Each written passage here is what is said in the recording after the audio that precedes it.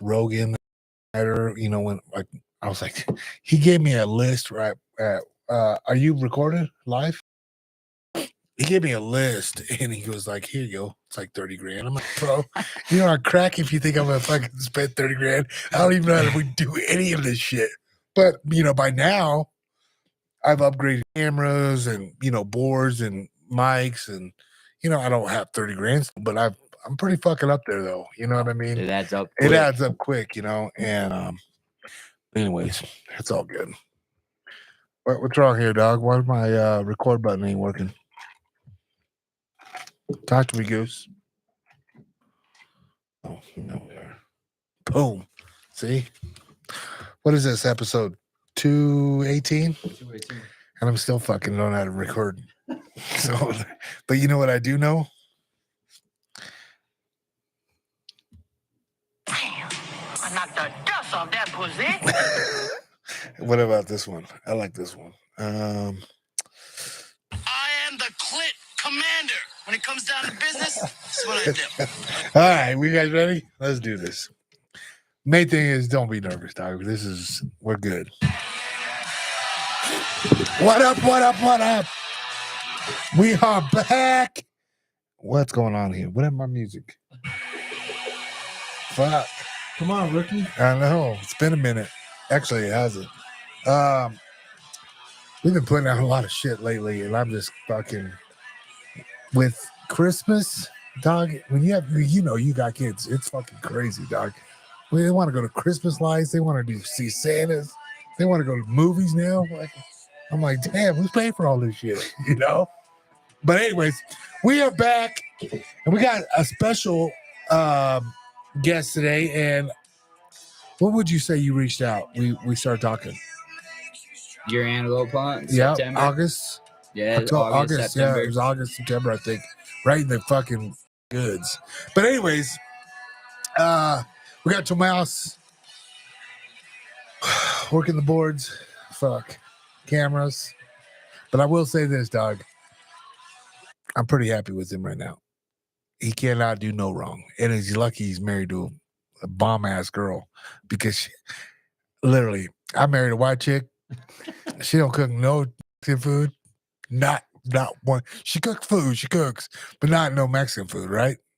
And his old lady made me some tamales. And damn, I cannot wait to fucking eat that shit. You guys ever ate tamales before? Oh, yeah. You guys are fucking gringos. You guys don't fucking know what tamales are about. But check this out. The thing about tamales, you know why Mexicans make them every year? I don't. So we have something to unwrap. Got him. Anyways, today's guests, we got our boys from Unit 44 and Gypsum's Outfitters. Guys, I'm going to say Collin, Tim, welcome to the show. Yeah, thanks for having us, man. This is awesome. Like, I honestly got to say, when you reached out to me, I was like, fucking like, oh, who are these fucking guys, And I fucking pulled up the IG and I started checking you out. I was like, oh, shit, maybe fuck with these guys, right? But then fast forward thing, we talk here and this. And then I was like, man, I'd love to have you guys on the podcast and hear about your story and like how it all came out. Because we talked on the phone and I was like, wait, dude, you'd be a great podcast guy. I mean, and whatever. So you guys come here. And not only do you guys bring me fucking groceries, you guys brought me fucking bread, eggs, fucking wild game. I mean, you brought me every fucking thing. Everything. What'd you guys bring? Bear? Moose? Elk? Mule deer? Fuck. Everybody's feeling sorry for my bitch ass because I can't kill shit. That was it. I was like, I was up on a mountain and I saw you guys at antelope hunting. And I'm like, yo, I want to hunt with them guys. Like, fuck this dude. We have fun, man. I'll tell you what. We well, you're talking about like me and Gaethje and stuff like that, right? And I will say this, man, like Gaethje and I, we're like brothers, right? Like we literally are. And we never claim to be fucking expert hunters. We just like to do it. Like this, we're not fucking experts. We just like to do it. And I grew up in Nebraska doing it, but you're talking like tree stand hunting, and never hunted elk until I moved out here, and I don't even think I hunted elk until I was like 4 or 5 years out here already. And then I kept my Nebraska residency the whole time because I didn't want to pay out of state for whitetail, right? But then my buddy Rich Adair took me elk hunting with him one time. He had a muzzleloader tag, and I went with him, and I heard my fucking first bugle. Oh my fucking God, dude. It was fucking unbelievable. Changed my fucking residency that fucking day. Went and said, fuck this. I'm not paying out of state residency. I'm gonna be fuck $200 elk or deer tag. I'm gonna come hunt elk now, right? I just got hooked, right? And and then I finally got be resident, and I got into archery. Really fucking, I wanted to shoot one because it's the same time, right? And I was talking to archery hunters at the time. He had buddies that did it, and I was like, "You killed this with your bow? Like, what the fuck, dude? It's like a fucking, it's huge. You got to realize, like, and this is when I was still fighting and everything, and I was like, dude, this is fucking legit as fuck." And he was like, "Yeah, it was fucking 10 yards, man. Shot that motherfucker 10." I was like, "You had this motherfucker?" He's like screaming, show me video of it. And I was like, dude, this is the shit. Swear to God. So my first year elk hunting, same guy that took me, I went muzzleload hunting. This is a funny story. We're like, every morning we're kind of in my public land over here. We were hunting over there he lived up by Blackhawk, and he knew the area. And I'm just pickled when we hear him in the morning, before sunrise comes up, So we're trying to fucking just, drive around, bugle, let's go here, So we fucking finally get in them, we call on a hunter, this and that, I'm like, the whole time I'm all fucking shaking, all pumped up, and then I see this fucking hunter come in. I'm like, what the fuck? It was like the last day, and I said, Rich, I said, man, I'm fucking tired, but I'll take a nice warm load in the mouth if you call me an elk today, dog. And sure as shit, like, we get set up in this fucking meadow, and I'm behind this tree, and he goes, I'm gonna back up, and you just wait there and see what happens. Sure as shit, it's like he knew. Like I think he just wanted me to fucking suffer for fucking 4 or 5 days first until he saw defeat in my face, right? Oh, yeah. And I was like, oh, fuck, because we walked down, this motherfucker started cow calling, and sure enough, this fucking 5x5 comes out. Fucking, to me, it could have been a fucking 400 class, because it was like so fucking awesome. He's trying to get my wind, like everything, and I'm ranging, trying to be small, sneaky. He's locked on me. I'm like, oh fuck. Then he puts his head down, and I'm ready to go. So he's like at 40 yards, and I fucking whacked him. And I fucking just like fucking ecstatic, bro. But I was like, dude, I think I hit him a little back, And he goes, yeah, I watched it. It looked like a little back, Luke. I go, he goes, is it because you heard my zipper coming down?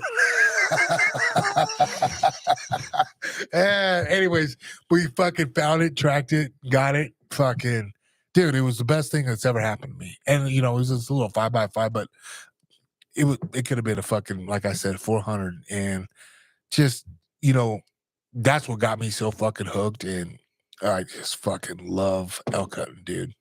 And I may be the worst elk hunter out there, but I enjoy the fuck out of it, dude. I really do. I love like being like when you're out camped out there and you can fucking hear them elk bugling all night long. That's the shit to me. I don't know. You guys are probably like, yeah, we're used to it. Well, for me, September is definitely chasing elk is where it's at. Chasing mule deer in the rut, that's a different game too. But elk in the rut, I don't want to do anything else in September. Anything, right? I mean, I honestly think chasing elk in September is like, dude, I mean, if you haven't done it, you're missing out. You're the only thing that sounds like dinosaurs. Dude. When we go up into the mountains, it's like, welcome to Jurassic Park, because it's that badass. There's nothing that compares. So I guess let's tell the listeners a little bit about you guys. Like, Tim, go ahead and you start first. Like, how did the whole outfitting business start? Like, when did this all become reality? So Because you're a young kid. Like, how old are you? I just turned 37. So God damn, you're young as fuck still. Collin's 26. So Oh, he's real fucking young. Fuck. he's a baby. So God we can't around him. Yeah, oh, God. I D him. Sorry, but dog. You're at the wrong podcast. I grew- 36. Yeah, nice. I grew up in upstate New York, whitetail hunting, you know, mostly just getting in trouble, not having any direction in my life or anything. So my family moved out here. I was the last one to come. And when I moved here, it was like, I'll bet anyone $1,000, man. I'll shoot an elk with my bow. I bow hunted my whole life. Like I grew up hunting. That's what me and my dad did. So the mountains whooped my butt. And I was like, well, 30 days is better than 7 days in rifle season. So I was like, I'm quitting my job. I did construction. I'm going to go elk hunting. And my buddies I worked with were like, you need to call Drew. He builds his own elk calls. So, you know, Drew kind of taught me how to call elk, and I've never called animals, real game calls. So I called this kid and I'm like, hey, I just want to shoot my bow with you. Let me pick your brain a little bit. And he's like, what are you doing tomorrow? I'll take you hunting. And that day, I could barely keep up with him going up the mountain, and he's calling like I can barely do anything. And welcome to my life. Yeah. So he actually called in this little raghorn to me in like 30 yards. If he took one more step out, I was going to shoot it. And then a few minutes later, that bull runs off, and a few minutes later, same your story, man. He's calling and calling, and I'm getting excited. Like I hear this other call, and he goes, I bet you a guy in Sitka camo comes walking from that corner. And sure enough, like this hunter comes right to me. And I'm like, how the fuck did he know that? He knows, huh? So I was just hooked right there. And then, you know, 5 years later, man, it took 500 miles on my boots to get my first bull down. Every year I would call in a bull, be really close, you know, full draw. And for like 3 months, every time I closed my eyes, it'd be like, that bull was in my face. Yeah. It's like, man, I should have killed that thing. Yeah. So that's when I met my wife. We were dating at the time, and it was like, have you ever thought about God in your outfit? And it's like, you just can't get into that. Yeah. Like you can't. So we were at a little Sunday dinner, kind of cookout on Sunday, and right below my ranch, I was like, man, it looks good back there, Kim. I really want to hunt behind the house. And the old timer in the corner was like, you can't go up there, boy. That's my land. And I went to the bathroom, grabbed a beer. I come back out, and my wife was like, hey, get on the side-by-side. His ranch is for sale, and it comes with a 30-year-old outfit business. Are you shitting me? We fucking went up that driveway with the views on the side of a mountain, 10 minutes from town. It was like, holy shit. I don't know how we're going to afford this, but this is it for us. And I killed a cow in my second season, just luck of the draw. Yeah. But never even killed a bull elk, and bought $1 million business and jumped into it. God bless your old lady, dude. Yeah, she You know what I'm believed in me, saying? man. She knew this was it. So she always wanted like an RV park or campground or something. So being a businesswoman is like, how's someone else going to pay the bills? Yeah. You know, let me live on the land and someone else. So 30-year-old business. And that's where we like butted heads is like, well, what are we going to charge? And she's like, it's a 30-year-old business. You charge what he charged. I'm like, fucking John killed a bunch of elk. I've never shot one. Yeah. But that's fucking real though, right? Like that's totally real though. So my buddy I met, I call him Ducky Davis. We duck hunted together. You know, my roommate's friend. He's like, hey, I really want to get into archery hunting. And I'm like, dude, I never have anyone to go with. Fucking love to have you. You know, like I need a partner. You know, I do this myself. I live in my hammock and just go grind it. But I'm like, you run 15 miles. Like you're badass. Like you're my man. So we buy the business, and I had like a month or two to book hunts. And he's like, hey, my dad and his lawyer wants to come out, but like, you know, we're willing to pay you a little bit. And it's just like, dude, like, whatever. I plan on hunting with you guys anyway. Like, let's do this. So first day as a business owner, first day as a guide, called in a 6x6 and we shot it. No way. First day as a fucking owner. So it was like, no way. It was just meant to be. Yeah. So fuck yeah. We get this bull bugling. I get down, and I'm like, I was teaching them how to call. Like, hey, you separate, you know, get 100, do a few calls over top of each other, like say 10 calls, you know, and your last one or two, I'm going to call over top of you. So it sounds like multiple elk. So this bull screams. I run down to him like, dude, we got to go. And he's like, what do you mean? I'm like, I just shoved him. I'm like, fucking run. Then we take off, and then we get in this area. It's like, all right, this is it, man. That bull's screaming. I'm like, get ready. And I run back into the aspens and fucking I just jump into the fucking trees. And I look back there, and he's standing on the fucking elk trail. Oh, I shit. run back out. I'm like, what are you doing? And I just pointed. I said, stand there. And I fucking run back to the trees. And dude, he shot that bull right there. No way. And I have it on film, like on my phone. And I run up to him. I'm like, was that like 10 yards? And he's like, fucking 6 yards. He was right on top of him. Yeah. So it was just meant to be. And then I didn't have very many clients, and my wife got her first tag. She never hunted. Okay. She has a muzzleloader tag left over list. So we're out hunting together, and it's like, I'm bugling elk, man. She's like, what do you think? I'm like, we got to run up the fucking hill and get in front of them. Like, we got to go. And she'd be like, it's 9 o'clock. We got to do office work. And I'm like, Yeah. the fuck do you mean we got to do office work? So we backed out every day. I'm bugling elk. And she just thought that was elk hunting. Like, she never hunted. So she was just like, oh, we just got to go do office work. Yeah. So I bought my tag.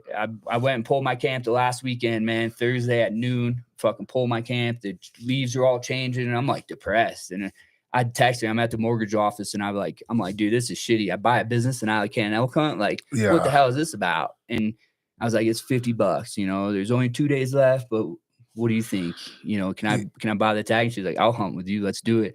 And I fucking called in a bull the next day and shot mine. So that was the problem, though. Got the monkey off my back. Not only one archery bull, I shot 2 of them. Okay. And so I was like, oh, this is easy. It must be the land or something. So that's where the outfitting comes in, because it was the next year I book up. I go 30 days straight. Fucking can't find an elk to save my life. Like, never want to guide again. Yeah. And that's when I realized it was just tough. Like, I build these relationships trying to do this whole part. And it's like, oh, Tim, you think elk are up at the water hole, and it's like, well, that's where my cameras are. I think that's our best option. Yeah. Well, how about you go up there today and see if the elk are up there, and then I'll stay around camp, and then if they're up there, I know I'll go up there tomorrow. So that's like, I can't tie them to a tree. So that's where it was like, all right, it was kind of tough figuring out how to book clients and build relationships and stuff like that. So it was like, take less people and offer better experience, and like, kind of took a step backwards. But it was just like, some people think it got it hunts. You just drink beer and shoot an elk from the porch. That's far from what an outfitter is. And I feel like it's kind of been blackballed a little bit. Like, oh, you're going with outfitters, you can't do it real. I'm like, bitch, I still got to make the shot. I still got to take my happy ass up the mountain. And I still, like, I get it, because I've been on outfitted hunts before. And do I feel like being on public and do it yourself is pat yourself on the back? But listen, the more I grow up and the more I have kids, I got a family and everything, time is everything to me, dude. Like, it's literally time away from the gym, time away from what I do, from this, making money, like, that, right? And the way I look at it is, if I hire an outfitter, I hope to God that's what they do. They do my homework for me, right? Yep. Nothing's a grand slam. We all want it to be, right? Sure. Do they have the upper hand of it? Yeah, because they know it. They're there. They live there. But they're animals. It's not a high fence. You know what I mean? And I feel like a lot of people always look down on some people, like, because they go on outfitters. I'm like, bitch, say something. I'm only as successful as the hunters that we choose. Exactly. Yeah. I And mean, it's hard because you can't just take anybody up the mountain. We're 30 minutes from Vail, so this is ski country, man. It's We're world class ski resort because of the elevation, the terrain. That's what we hunt, dude. Fucking slow and steady wins the race. Like, and that people ask me, how do you get in shape? And like, gotta just do it. Bull bugles, I can run up the mountain. It don't matter. It's just something in you. It's either you got it or you don't. If you want it that bad, right? It is. It's like I always say, like, it's like when you hear that bugle, it's like the first time a girl shows you titties or something like that. You're like, I'm going after it, dog. I gotta get it, right? And even at 44 years old, when I see a pair of titties, I still go after them. You know what I mean? Like, I still want it. And it's just like my bull, you know what I mean? Like, I want to go do that. And it sucks. Yeah, it doesn't suck. But I don't know. I just feel like elk hunting is probably like one of the best things a hunter could do. And I haven't hunted every species, but I've hunted a lot of species. And I always feel like I'm a newbie every time I hunt elk, dude. Like every fucking time this year I got it, man. I broke it down. I lease a place up here. Those fucking cocksuckers will fucking fuck you up every fucking time, and they win every year, Yeah. and saying that, I've hunted the spot private land, and it's not that big, but it's enough, and there's elk there. It's good when it's good, and it sucks when it's not, right? But either way, you still got to fucking hunt them, and just probably like your place, you got to call them in, you got to go after them, dude. They're not gonna come on your fucking lap, they're not gonna come into camp For sure. and say, "Hey, come shoot my ass," And I've had hunters that are like, man, I can't believe how quiet we're being, Tim. And I'm sitting there thinking, like, man, this dude's fucking loud as shit, walking around. But, my response is, are you quieter than a lion? And he's like, what do you mean? I'm like, the lion's hunting the same fucking elk we are. Yep. Food, water, shelter, that comes secondary, dude. Staying alive, that is their only job. Yep. And the mountains are tough, dude. Even all the animals, I don't know how they do it. God bless them, because dude, especially like winters, dude. that's what I mean. They're fucking tough, dude. And then you better double lung it, because it's gonna just run off. The will to live, man. It'll live, and it's like, how the fuck would that live? Yeah, I fucked up one time. We were hunting public land. We were filming a hunt for Justin with Gaethje, and I called in. I seen this 5x5, 5x6 come in. We were glassing evening, and I was fucking bored. I was like, let me give me this cow call. I'm just gonna call her cow call. Sure shit, one fucking his head out across the fucking ridge, and I said, "Oh fuck!" I played it off on camera, and Justin, but deep inside, I'm telling myself, "Damn, I can't believe that fucking worked."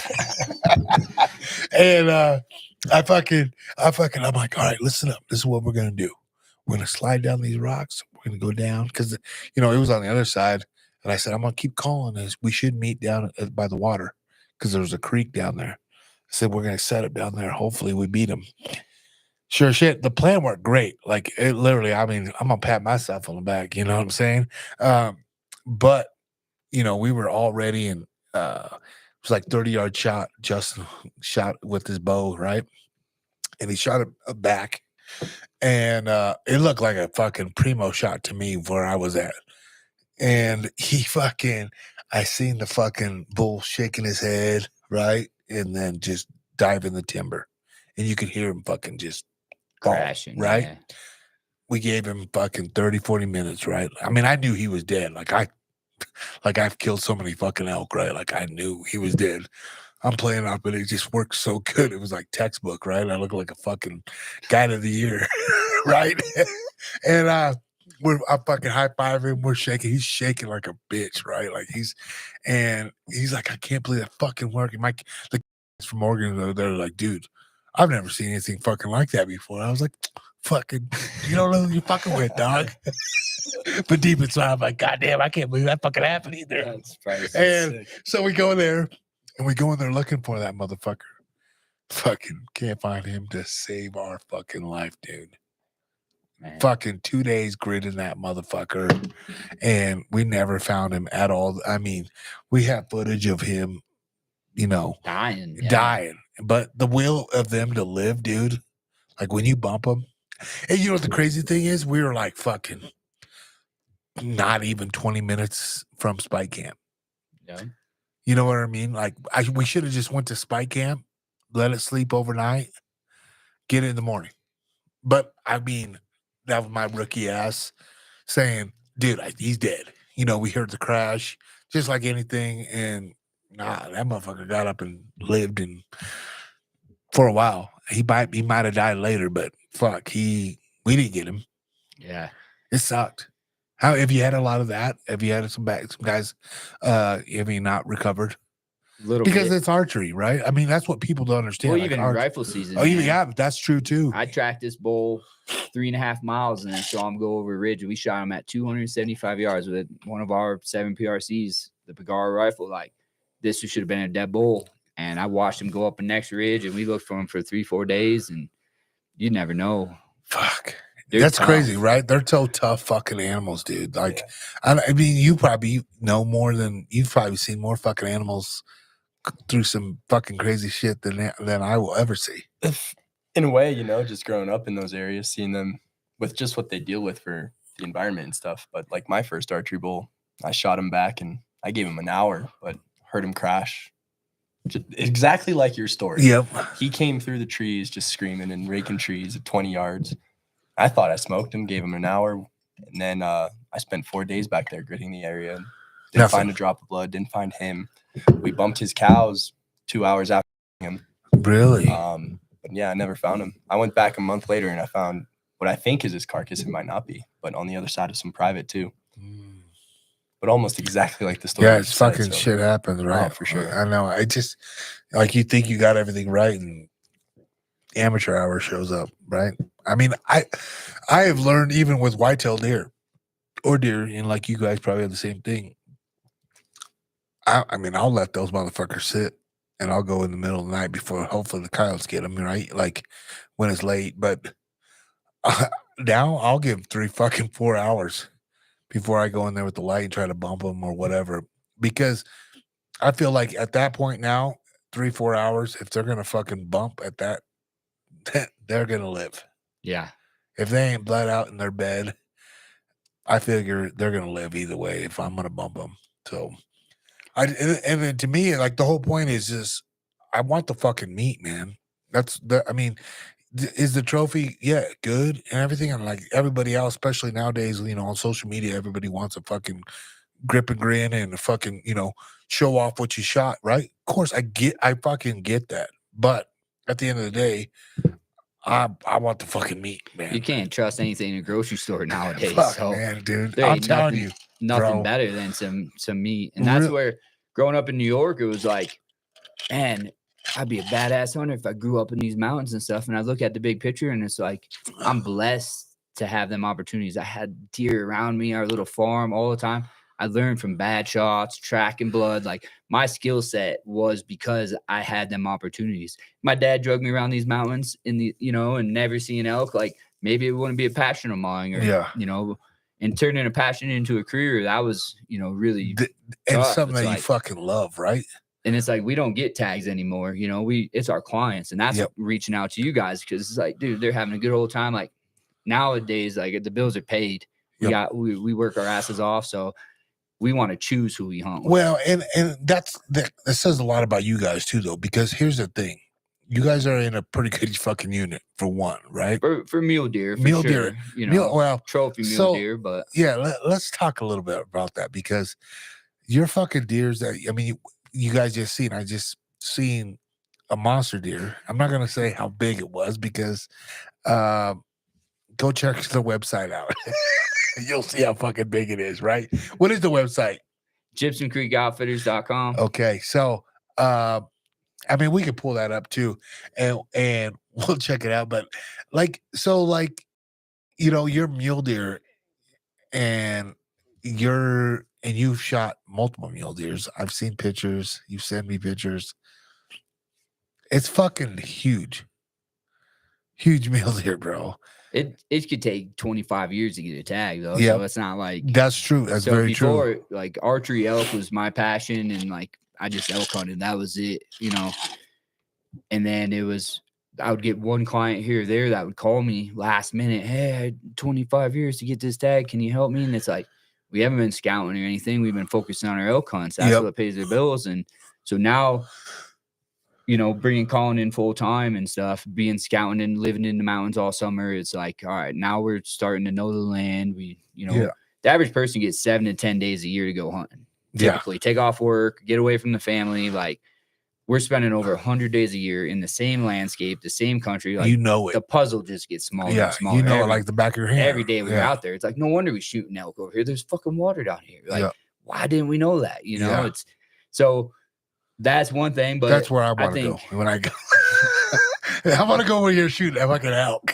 But it's like, I think they have more Boone and Crockett bucks than any other county or anything like in the record books. And that's that's where Clay comes in. I've listened to your podcast with him, and he's just a badass. Like, Clay Hill, right? Yeah. I could put my logo next to his fucking logo. Like, dude, that guy's a legend. Well, what people don't understand about Clay is like he's put his time in too, right? Like him, and I Done didn't it his know. whole life. Yeah, and his dad, and like, here's the thing with Clay and them, they've done it. You know what I mean? And that's what they're gonna say about you one day. You've done it. You're doing it, dude. Dude. I find your fucking story a little bit more inspiring because you fucking just literally burned all the ships that just did it. I You know didn't what I mean? follow no path to get here. Yeah. I always wanted to be in the hunting industry, and that's where I started building elk calls for Drew when I met him. You know, and it was like, dude, I need to get my foot in the door in elk hunting, and I need to just get my foot in the door. So I started building elk calls for him at nighttime, and then I quit my job to go hunting. So it took 500 miles for me to get a bull down, Yeah. and that's where Collin's story comes in, is because I saw this kid shooting his bow at the park, and I walked over there, and I'm like, hey, what's up, dude? And he had a soccer injury. He's a senior in high school. And I'm like, I build elk calls, and I take September off. And that was you? That was me. Yeah. So he was just Okay. shooting his bow at the park with a cast on. And I was just like, well, fucking turkey season's coming. Let's go hunting. So he was kind of getting into turkey hunting. And Yeah, that was my first bow. I had a recurve before. I just shot for fun, but it was my first compound bow. And like with the ankle surgery and everything, I was just like, I can't play soccer in the spring. I'm going to take the time and shoot my bow and try to go shoot a turkey with my bow. I always watched YouTube for hunting when I wasn't out there hunting, and my whole life was soccer. Okay. My dad is French, and he played soccer growing up, and so my brother and I, we just dove into soccer, and that's all we did. Yep. Through college. But yeah, that spring, I guess I was at the park shooting my bow, getting ready for turkey hunting, and maybe a few weeks after Tim and I met at the park, we went turkey hunting for the first time. Maybe you saw one or two turkeys behind the truck or something. And that's how we started building our relationship. I went to college after that to play soccer. Didn't get to spend much time hunting over in Virginia where I went to college and, being away for the fall and stuff. But as soon as I came back, it just pulled me right back in. The mountains just called my name. So here I am. And now you're fucking an outfitter. Yes, sir. You're a guide. Yes. Ain't it fucking fun? It's fun, right? It's fun. The best thing there is. I mean, it's kind of like a roller coaster sometimes, right? Like, oh yeah, you get your high points and then you have some fucking low. It's just because every client is different, right? Like, and you're just like, and every experience is different. Every day is different. That's where we excel, because it's like, not any situations, we want to learn. If you've never been in the mountains before, never elk hunting in your life, I should learn something from you. Like, you have different experiences, you see it differently. So it's like, we put our heads together at the end of the day, and it's like, well, we were fucking close today. How are we going to kill an elk tomorrow? And it's like, well, this is the best game plan. And it's like, we should do the opposite, because the elk aren't going to fucking listen. Like, straight up. That's the fucking truth, though, right? Dude, like, we've all been there. They don't give a shit. That's what the game real plan talk. you That's have, fucking dude. real talk, right? Like, it's fucking real talk. And like, I know, like, you think you have the best fucking game plan, and it's fucking.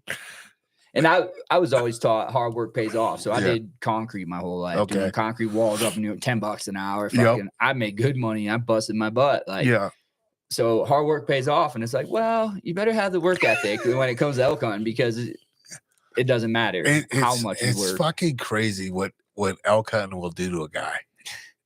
It'll beat you down, but then as soon as like you see them again, you're lifted right back up, right? Like, you're like, oh, I fucking love this shit. See, and that's where we excel, because it's staying positive. It's like, it could be the worst week ever. And now we pick and choose our hunters. Like, I want to ask you questions. It's not about, what's your first question you get, what's your success rate? And it's like, well, are you trying to drink beer and shoot elk from the porch, or do you know what you're signing up for? We're young.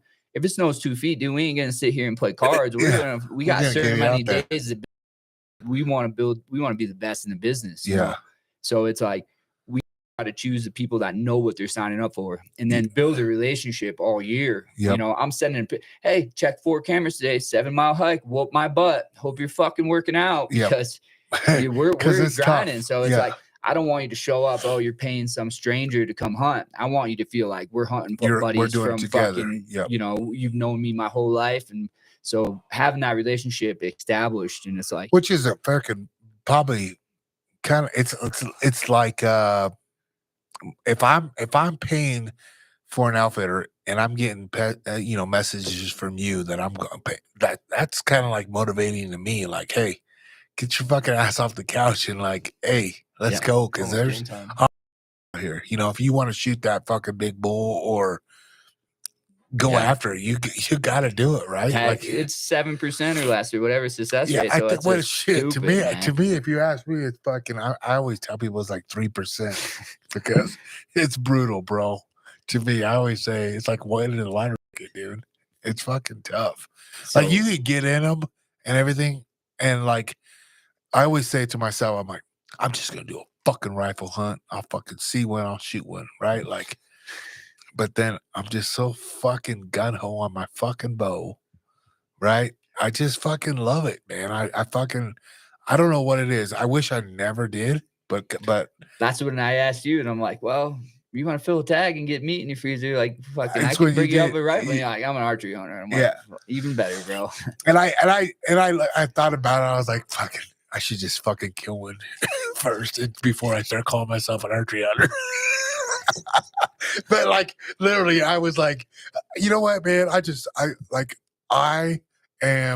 I'm not a quitter, right? Like I fucking my whole life I've just like tell me something I can't do, I'm gonna do it, right? Like Yep. tell me, bet against me, I bet you I do it, right? And that's just the only way I've ever done my life, and it's been good to me. It's got me to where I'm at now, right? And but it sucks, right? Like it fucking sucks, like doing the stuff that I've done because it's hard work. Like I literally have been at the bottom of my fucking peak sometimes. Like I've been in depression because like, oh fuck, I was supposed to be at the top of my game, you know. And you know, I had 3 losses before I even got to the UFC in a row, and I was like, dude, there's my shot. How the fuck am I gonna get in the UFC then? You know? Well, I started fucking calling the biggest motherfucker, baddest motherfuckers out, and I started beating their ass, and I started beating them, and I got the confidence back in me, and I was like, okay, I could do this, right? And I take that whole thing back into hunting too, and it's different now though because when I was single and or just married with no kids, I could do whatever the fuck I want, right? I mean, you're kind of getting that now when you have kids, right? Now, Building an empire to hand to them. yeah, Man, that's what it's about. yes, and like you know, most guys like, oh man, you just take it off from your wife and your kids and go hunt. And I'm like, here's the thing, dude. I like my wife. I do. I enjoy having her. You know, I like being around her. You know, and my kids, I love being around them. I enjoy being a dad. Like, no offense to like the guys that do it and say they need their break and doing that. I'm cool. Amen. I'm I cool have with friends that. that are but like, marriage is so tough, man. Good luck. And I- it's like, no I don't way, get dude. that. I don't get that at all. I man. want to be home, even at nighttime. I'll be out 4 a.m. to 10 at night. I'm trying to do dishes at, you know, I'm going to bed at midnight because it's like, well, she's fucking done everything. You know, I want to help her. I want to help her out. Yeah, possible. I will say We're this. a team, you know. Yeah, for exactly. sure. It is. And dude, my dad would never do the dishes for my mom. My dad would never have a fucking vacuum or none of any of that. And that's just the way he was brought up or whatever. Like me, I'm trying to get that wop. You know what I'm saying? Like, I'm trying to get that pussy, so I'm gonna do whatever I gotta do to get that. But that being said, is like I honestly, dude, I got energy. I'm good. I want to I'm help only you as out. good as her. You know, she She builds does a me lot up. of things. When I'm beat down, like you said, Yeah. man, she's the one picking me up. Yeah, I know. so that's the part that I have a hard time leaving for so long Mhm. for, right? Like we're supposed to go to Alaska this year, and they're like, well, how many days should we go for? I'm like, bro, put me down for 8 to 10 days. That's it. And if I can't get it done, then I guess it can be done. And they're like, man, we could all do this. I'm like, hey, you asked and I told you. I said 10 days to max. Because I know 2 of those days are gonna be fucking travel, right? Or a day, 2 of them are, yeah. And this shit doesn't ever stop. No, There's still no. shit that has to be done every day. Every day. So like literally it's and I don't know. I'm different, I guess, now that I'm older now and I realize like time goes by so fast now. Time does not stop and like it's why like am I kind of like I'm not even over the holidays. it's come at a whole different level now for me because I got 2 kids that are like all about it, dude. And it's fun for me. Cause I remember at that age, I remember it was cool as fuck. Like I could was a kid, me and my brothers and sisters do that for them, and you always try to do better for them. But like, I'm like, cause mama did a lot of this shit, right? Like it was insane, motherfucker. Yeah. You know what I Amen. mean? But that's why I said, like, I just honestly feel like, time is so crunched, and like, I feel like, yeah, am I selfish when I go hunting? Yeah, but at the same time, I got to do it too because I'm a way better person when I go in It's the a good mountains. Go reset. do, even if I'm whitetail hunting, Yep. stand, it doesn't matter. Like in the summertime, bro. That out there, my range, is my reset, like my therapy, bro. It really is. And it's not like I'm a huge outdoorsman. I'm not. It's just, I like going to the gym and I like working out and that, but that's feels like it's a job for me, And when I do this stuff, it's fun. It's a hobby still. And I love that shit, dude. I love it. And I don't know. That's just my rant. I fucking went on a little bitch ass rant. I mean, at the end of the day, I love that pussy. And I love my kids, you know what I mean? Yeah, you know what I'm saying? But I don't know, man. Like, so let's talk about your bears. Let's talk about bears because I get bears here a lot, right? I get Dude, bears we here. saw 12 bears in one drainage this year. Oh, I gave God.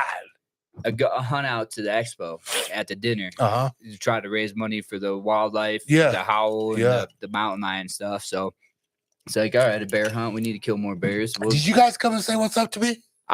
We did. You were starting a podcast or something. I was gonna give you the hunt last year, and like, y'all should have came in with that podcast this year. But so, dude, I had actually made the record books. My bear skull was 20 and 11/16. So we shot Davis's bull the first day as an owner of the business. A week later, I put a camera on the carcass. Fucking went up there, dude. I have this roly-poly bear. He's way bigger. Fucking me and my wife are up there. I full draw on him twice, and he's behind a tree. And then all of a sudden, like, he's just eating. And it's like, dude, I calmed down. I could only get 20 yards from there. I had a rifle tag, but it was like, I can only get 20 yards from there. Full draw on him. And then he's just looking up, and I hear the jaw snapping and fucking the tree shaking. And dude, this big bear just runs. So this other bear is like coming down the hill, and I'm like, I full draw. He comes into the opening, I smoke him.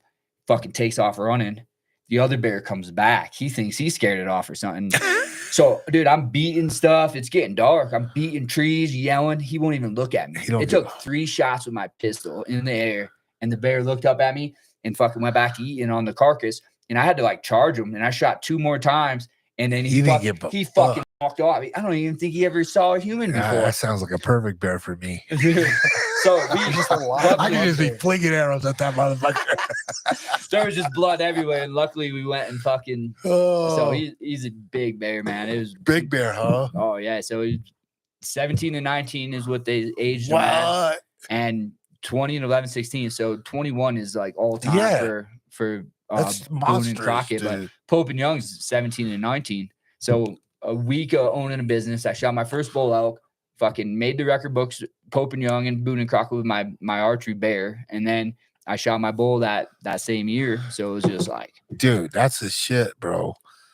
So it was a learning curve though, because it's like, this is easy. I got, I figured it out, and then it's like now we're only good as our hunters. So it's like, but public land, 100,000 acres of national forest, 100,000 acres of BLM. There's more land than anyone can cover.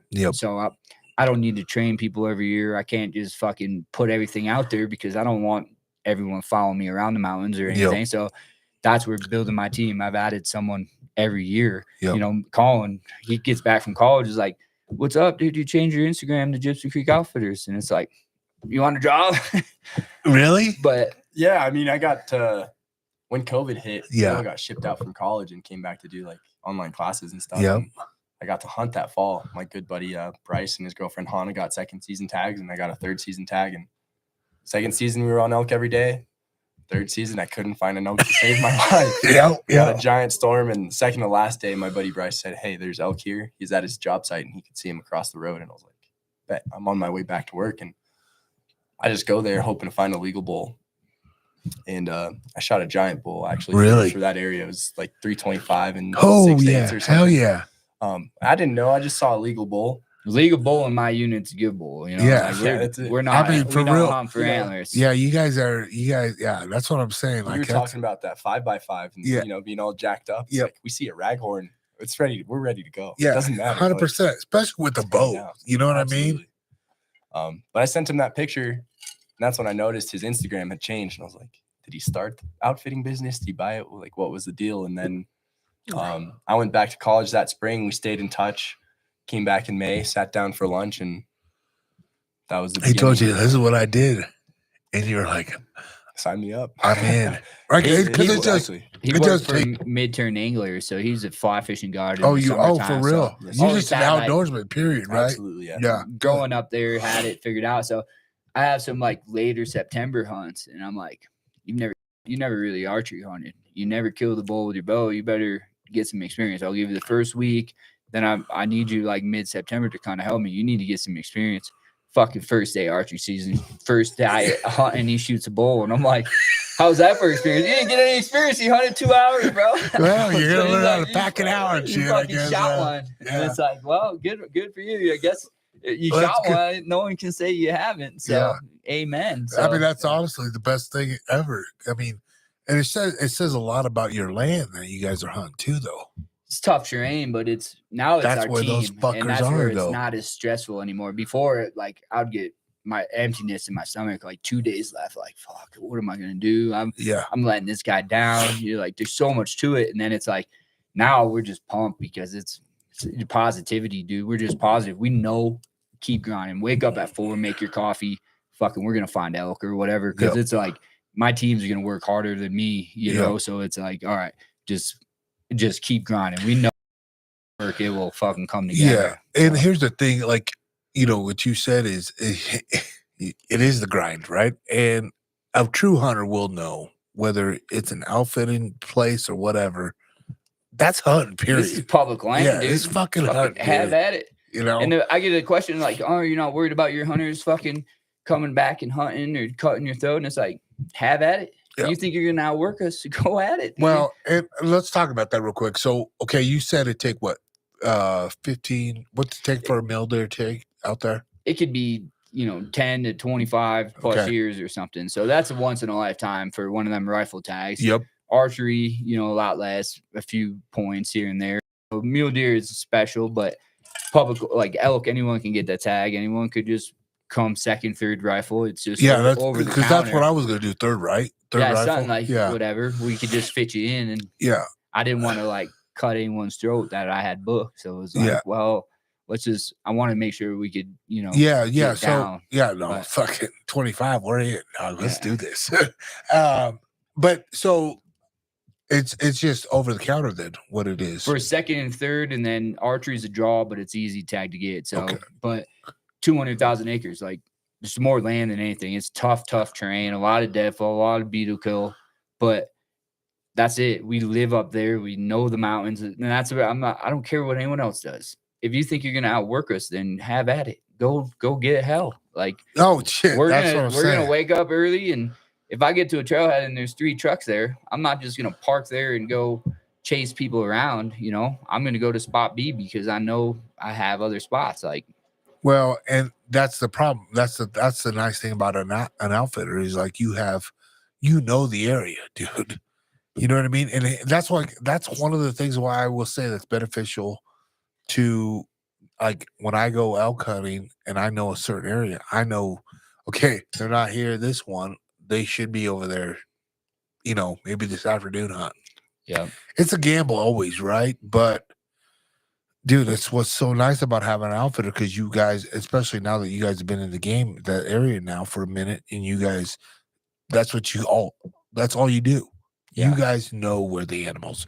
And granted, doesn't mean it's a layup, but that's it's hunting, not It's hunting, killing. yeah. But we're gonna work hard. We can only work as hard as our hunter. So Yep. it's our work ethic is there, you know. So it's like we're gonna keep grinding and putting in the work and positivity. Like it could come together the last minute on the last day. It Yeah. don't matter, but we're gonna That's keep how it always grinding. happens for me when it does happen. And Yeah. I fucking hate that in a weird way. I mean, I'm glad it happens, but I'm like, fuck God. I've done so much good shit in my life to other people. And I'm like, why can't you just give me a, hey, first morning, And that's where a mile out the of the shooting fucking. school comes in on the side because Yes. it was Best of the West Arizona Precision Hunting Supply. So Gary, actually, his wife was one of my first rifle clients. Okay. I'm driving him in the side by side, and Gary looks at me. He's like, "So what? I'm just paying you to hang out with us." And I'm like, "Yo, fuck you, dude. I'm trying to work my ass. Like, you know what I mean? Like, I'm figuring this out, you know." And ever since then, I put archery hunting on the TV. He came back the next year on a guided hunt. I called in some bulls for him. He was hooked from there, and then he's guided with me ever since. But he lives in Texas, so he bought a $10,000 a really nice gun from them. They built it, came up. She shot this nice bull, and that's when he reached out. Paul, badass dude. He does private lessons all over the country. Yeah. They build awesome guns, and he's like, "Hey, I want to come teach you guys." And then by making you more successful, you can offer these guns in this system to the clients, and that's going to be more successful because any hunt though that they do. Yeah.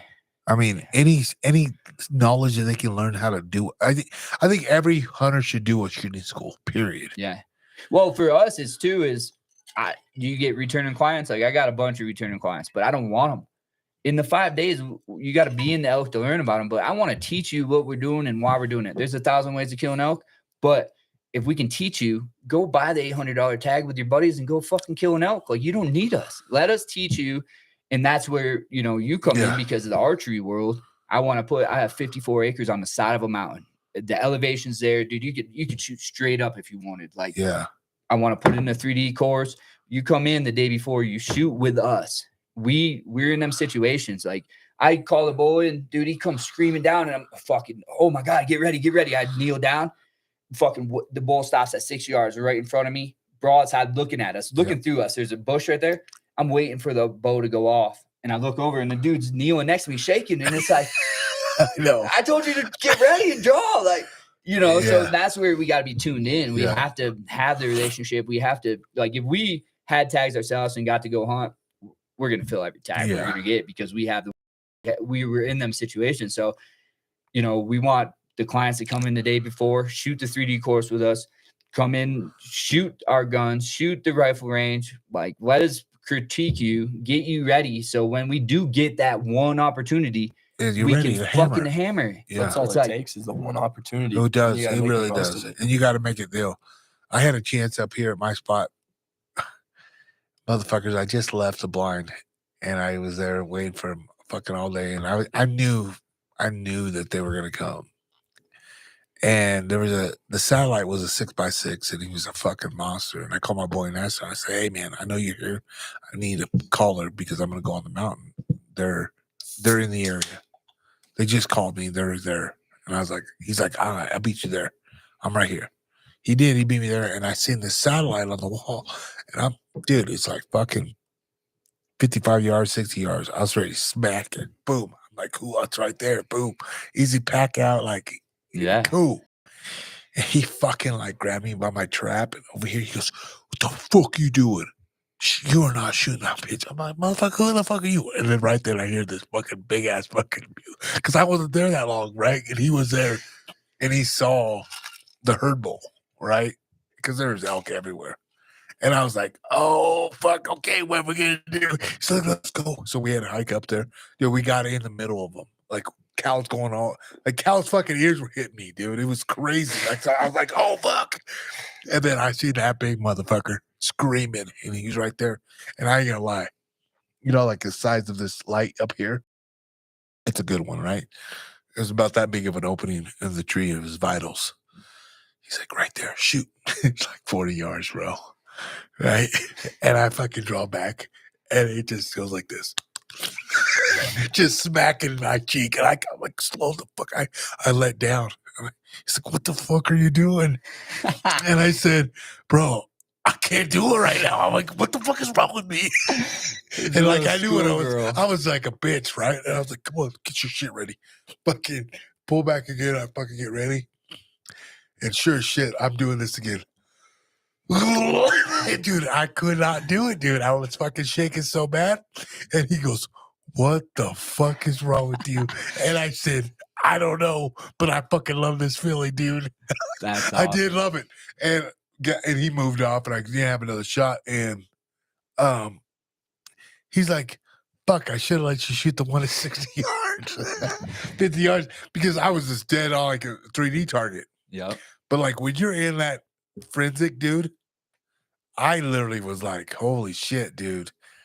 I'm like, I never had that feeling before in my life. And I hope to God I get a feeling again like that. But I hope I deliver next time. And most people just punch the trigger or Yeah, something where I didn't want to do. And Dude, that's- this you thing can't was do it. such a fucking. It was a trophy, dog. And granted, I think every animal's a trophy, but you know what I'm saying? Like Eastman cover. You know what I'm saying? Amen. I was like, oh shit, this thing's huge, bro. I could not believe it, and that's where I fucked up. Is when I was like, holy shit, dude, this thing is the biggest fucking elk I've ever seen in my life, and he goes, I will say this, amigo. I'm glad you didn't shoot that motherfucker because you might have shot the horn. And the fucking Luminok would be sticking to that fucking like Rudolph. But like honestly, like, and I was like, ah, man, it's like September 9th, September 15th or something like that. I was like, oh, I got time. That motherfucker's dead. Never seen that motherfucker again. You know what I mean? And it's not like we blew him out because, you know, I didn't shoot at him or anything. He didn't even know we were there. He just was chasing his cows. I don't know. It's so tough, but man, I will say this, like that feeling is the best fucking feeling. And like, I always like it, like when I have people to share it with, Oh, definitely. you know what I mean? And I never liked hunting by myself. I did it. I don't like hunting by See, myself. I had a buddy that I wanted right off the bat, dude. Him and his brother lived out here forever, 30 years. Yeah. Fucking, I wanted him to partner with me and like, Glenn, you're a killer. And he helped me. And some dude slapped him on the butt and he was like, yeah, fuck that guy. I'm never hunting. He's like, I'm not guy. Really? He has to pull the trigger, dude. He's not someone that can guide someone. Like, he's great. He's a but killer, yeah. It's just the opposite. And it's like us, I'm still the one that called that bull. And I don't care who. I'm putting you on your first bugle. Like, You're hunting attack. I don't need to fucking pull that trigger.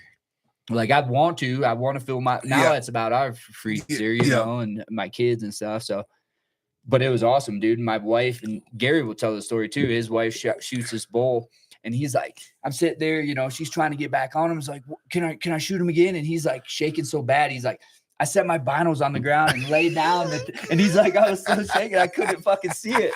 That's the best. And So. same, I had that experience with my wife this year. Collin's right next to me. I'm in the spot and scope filming 717, dude, and she just fucking Hammered it. hammers them, and I'm just like, dude, it How meant cool more is to that? me than anything. Yeah. Because like I had that feeling for her because it was just like, fucking shoot it. And Yeah. she's like, dude, calm the fuck down. Like, she's breathing all good, not at all. And I'm like, what the fuck? Well, shoot it. That's kind of like now that I help guide antelope, right? And like literally that has been like the joy of like October for me because dude, and it's rifle, you know, so Yeah. it's fun because well, you get a lot of newbies and it's their first big game animal they ever shot, you know, and like and it literally is this like to me when I get a client, it's like that's a my tag. You know what I mean? And I don't know, that's probably like you guys do, but It was tough to learn because I would take easy routes. I knew these guys weren't in shape. Like, yep. I went up in the middle of September of my first year, and it was like pulling a camp with my wife, and it's like, see, this is what I want. Like, if we get into elk, that's great. Like, we're just in the mountains enjoying it. All my favorite pictures are at 4 a.m. or at 10 at night. Like, no one needs to be on the top of the mountain. So that's what got me hooked. Yep. But then trying to guide, you have to have all the answers. There ain't no right or wrong answer. So it was like a tough learning curve. And that's where, you know, building my team and kind of staying positive and everything along that took over because it's just like now all right, we're gonna find elk. We had the confidence we're gonna do it. Yep. But it was not fucking easy because No. it's just there's not a right or wrong answer. But I think nothing ever is easy, right? But especially in the game that you play, right? Like it's fucking tough. Let's keep it real. Like I think that's why hunting is fun though, right? Like I think that's why people enjoy it because, well, I think the right hunters enjoy it, right? Because they get it, right? Like they get, I'd you know, rather give someone a deal that can barely afford to hunt than someone that wants to throw 10, 15 Yep. grand around. Like money doesn't kill you elk in my mountains. No. It's your work ethic. Yeah. The Yeah. guy doesn't need money. If he you has a want good to do it, yeah, right? if he has a good work ethic and just wants to grind, we'll go kill an elk. But if you think you're just gonna pay to do it, then you Yeah, gotta you find got that someone. shit picked Go up. find someone else because we don't have the Because private up here in land the and shit. mountains, it's Yeah. tough, right? Fuck. And especially at that altitude, like you guys are so high, and The it's ranch is at 7,800, and then the mountains go up to like 11, Yeah. 11.5 or something. So, fucking incline. Just yeah. Yeah, town And is at it's rough. 6,500. It gets up like the whole unit gets up to 1,300, but where you can hunt essentially is 11,000 to 6,500. So Yeah. you could be down in town to right at the top of the mountains in 5 minutes. yeah, driving, so. which is nuts, right? It's so crazy, right? And that's where they're at, though, right? Like, I don't know. I guess what I want to know more about, you did a little bit about the shooting school and stuff that you're offering, but that is huge. Now, are you trying to do that more in the summertime? I want to offer it to the guys that are booking with us. You come in and get some experience shooting. So when we do get the opportunity in, but then it's all year round. It's like, hey, you fly in on your private jet in Vail. What's there to do? Well, if you want to shoot 1,000 yards, a 3-hour lesson, we can have you do it. With these Yeah. guns and systems that they're out there now, we can just have anyone doing that. That's So fucking it very kind of true. just give us, hunting season's 2 months a year. We have to, my plow business, we got a few more months of work, but try to stay busy all year. Yeah. And so, and the same thing with the podcast, A Guide's Life, is like, I want to talk to the beginner hunter. I want to talk to experts. I want to talk to everyone in the business. Like, give everyone's perspective. What did you think when you booked a hunt? What did you get out of this? What can you tell the next guy? Kind of talk to every single aspect from the beginner to the expert, where it's like, hey, knowledge, I've learned everything off podcasts and everything else. Like the knowledge is there. So it's like, just try to build that and run with it too. Yeah, you learned a lot off this podcast. So. Fucking pussy. Fucking, what to do. Yeah. That's what I was saying, though. That's such a good podcast, though, what you guys are doing, though, right? So we're you guys haven't recording a watched bunch- it yet, though, have you? No, we're trying to record 30, 40 episodes before we just fucking send it off. But it's kind of just a little bit of everything. All my clients just kind of talk to them before the hunt, talk to them afterwards, off season, talk to people, Yeah. Come up, go bird hunting with us, go shoot the rifles, then have a podcast or something, and just kind of go from there. Where just keep building our little side ventures and which is huge. It is honestly, that's honestly more, like I would say, more friendly and like more inviting, because I get to feel like I know who I'm getting the guide with, right? Like some of my guys, the people that I have booked hunts with, I've met them at trade shows or whatever, and I never thought about hunting with them, and then they reached out to me, and the same thing with you, kind of. I never met you at a trade show, but my buddy Jeff Lander out in BC, literally met him, hung out with him for a few times, had some drinks, whatever. But I got to know him a little bit, and we fucked around, had fun, And then he was all like, "Dude, why don't you guys come out here and hunt bears with us?" And I was like, "Huh? You want me to come out bears?" I can get down. And I was like, "Hell yeah!" He goes, "Are you scared of grizzlies though?" And I was like, "Well, fuck yeah, fucking Bo Catholic, fuck." He goes, "I thought you MMA guys were tough." I go, "Fuck that."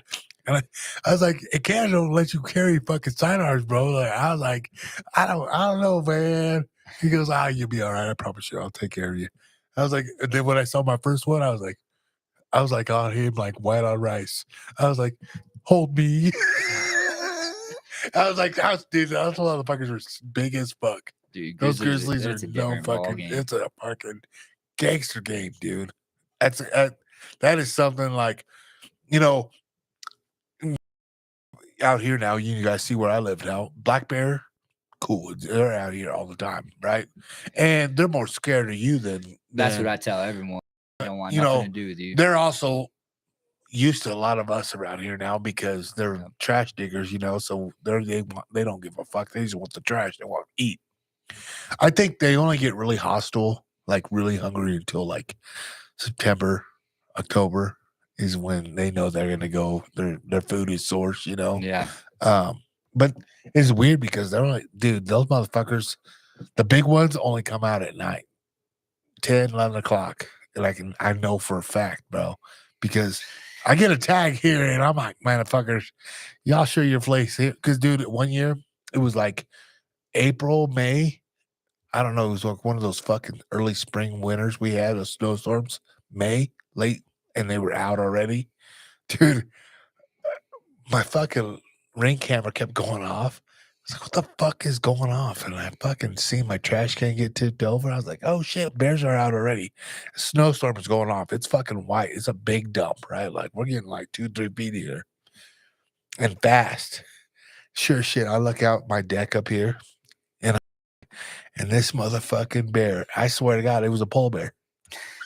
Because he was so white, dude. Just the snow on him. Yeah. But his fucking ass was so fucking. I was like, kids, come here. Look at how big this fucking bear is. I was like, dude, it was the biggest bear I've ever seen in my life. Like, for being a black bear, I was like, God damn. Never see that bear again.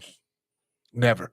Set up cameras, all Yeah. Try to find them. And never seen that bear again. I don't know. It's weird, but I don't know bears, but like are bears pretty much like residential when they are in like in the mountains? That's what they say. So I took environmental science classes in college and stuff. And Oh predators shit! tend Tell to me, have, preach, dog. I'm Well, not predators educated tend to at have all. coyote cow. Tell me, dog. So like elk and deer and stuff, they kind of roam around. Like Wyoming, Idaho, Montana, they have bigger winter ranges and summer ranges. So they'll migrate. There's I think the Mule Deer Foundation did a project with Joe the mule deer. They put a collar on her and she traveled 200 miles from her summer range to her winter range. 200 miles.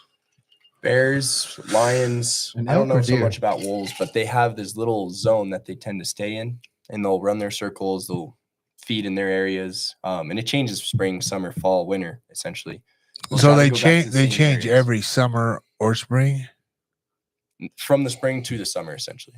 Yeah, But that that explains. changes with the greening, and that changes with when, like in the fall, they roam a lot more. Just like September, October, they're just trying to find food, so they'll Right. roam a lot more. But they're going to go back to the same general areas that they denned in the year before. In the summertime, they're typically breeding early summer. Boars are running around, but sows are with their cubs, and they're just staying in the areas where they can find food That explains a successfully. lot, then. They don't like to meet each other. Bears are solitary. Elk and deer are herd animals in a sense, so they don't mind each other. But bears, sows want to protect their cubs from the boars. The boars don't really want to fight other boars unless it really comes down to it. And so, like, if you find a carcass and there's a bunch of bears on it, it's a population of bears over in our area, especially. So, lions are the same way. They have their little zone. They hunt the deer in that zone. Really? Yeah. So there's lions that like live You in got a town lot of lions year-round. up there? Good amount for sure. Really? That's crazy, huh? He wants to get into hunting them more, but I've never really done it. I don't Yeah. have hounds. We got the German short hairs that we, Yeah. pheasant hunt and stuff, but Yeah. they're bad We'll have to news. talk after this. When we get done recording, I'll talk to you guys about that if that's something you guys want to do because fuck, it's just cray. I haven't Yeah. shot one yet. I was- went a couple times.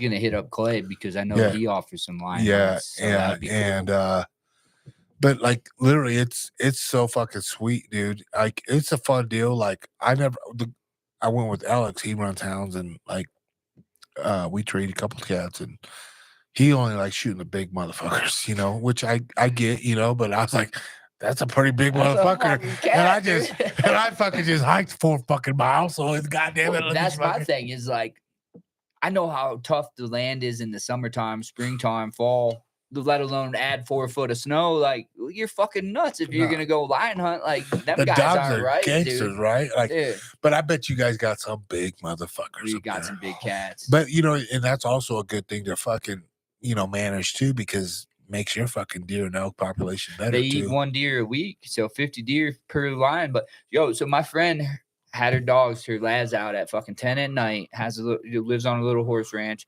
This was a few years ago. Fucking heard a noise, put her dogs inside, went and checked her horse barn. A lion was dead in the horse barn. Fucking called CPW. It was a 1.5-year-old lion and it starved to death. Starved. What the fuck's the lion doing starving to death? That's how many lions are around, dude.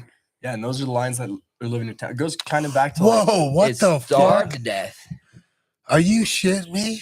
Yeah, that's how, like, people don't realize it. And then it's like Wells Fargo camera, downtown fucking Eagle has lions on it at 3 a.m. Yeah. They're in signs town posted trying all to over They're town. looking for dogs, Easy cats, prey. whatever. So it's like people, lions are good. Yeah, Fucking no. hug the cats. And it's like, Yeah. they're Hug good the cats. eating good, dude. Yeah. They're good eating. Fucking Everyone chow that, mein, dog. everyone that fucking eats them loves it, dude. Like, Oh, that well. lion meat is No, I've had it. that's what I mean. It's fucking It was good. like chicken fried chicken to me. I liked it. Yeah. And that's all I had was a little bit of it. And I was like, fuck, dog, I got I work with dog. I throw anything on that bitch. I'll make my shit taste good. But like literally, it's good. Like if I don't kill one this year, I'll be pissed because I hope to go with Alex again here in Colorado, but I'm going to Mexico for sure. Nice. I'm definitely going to Mexico.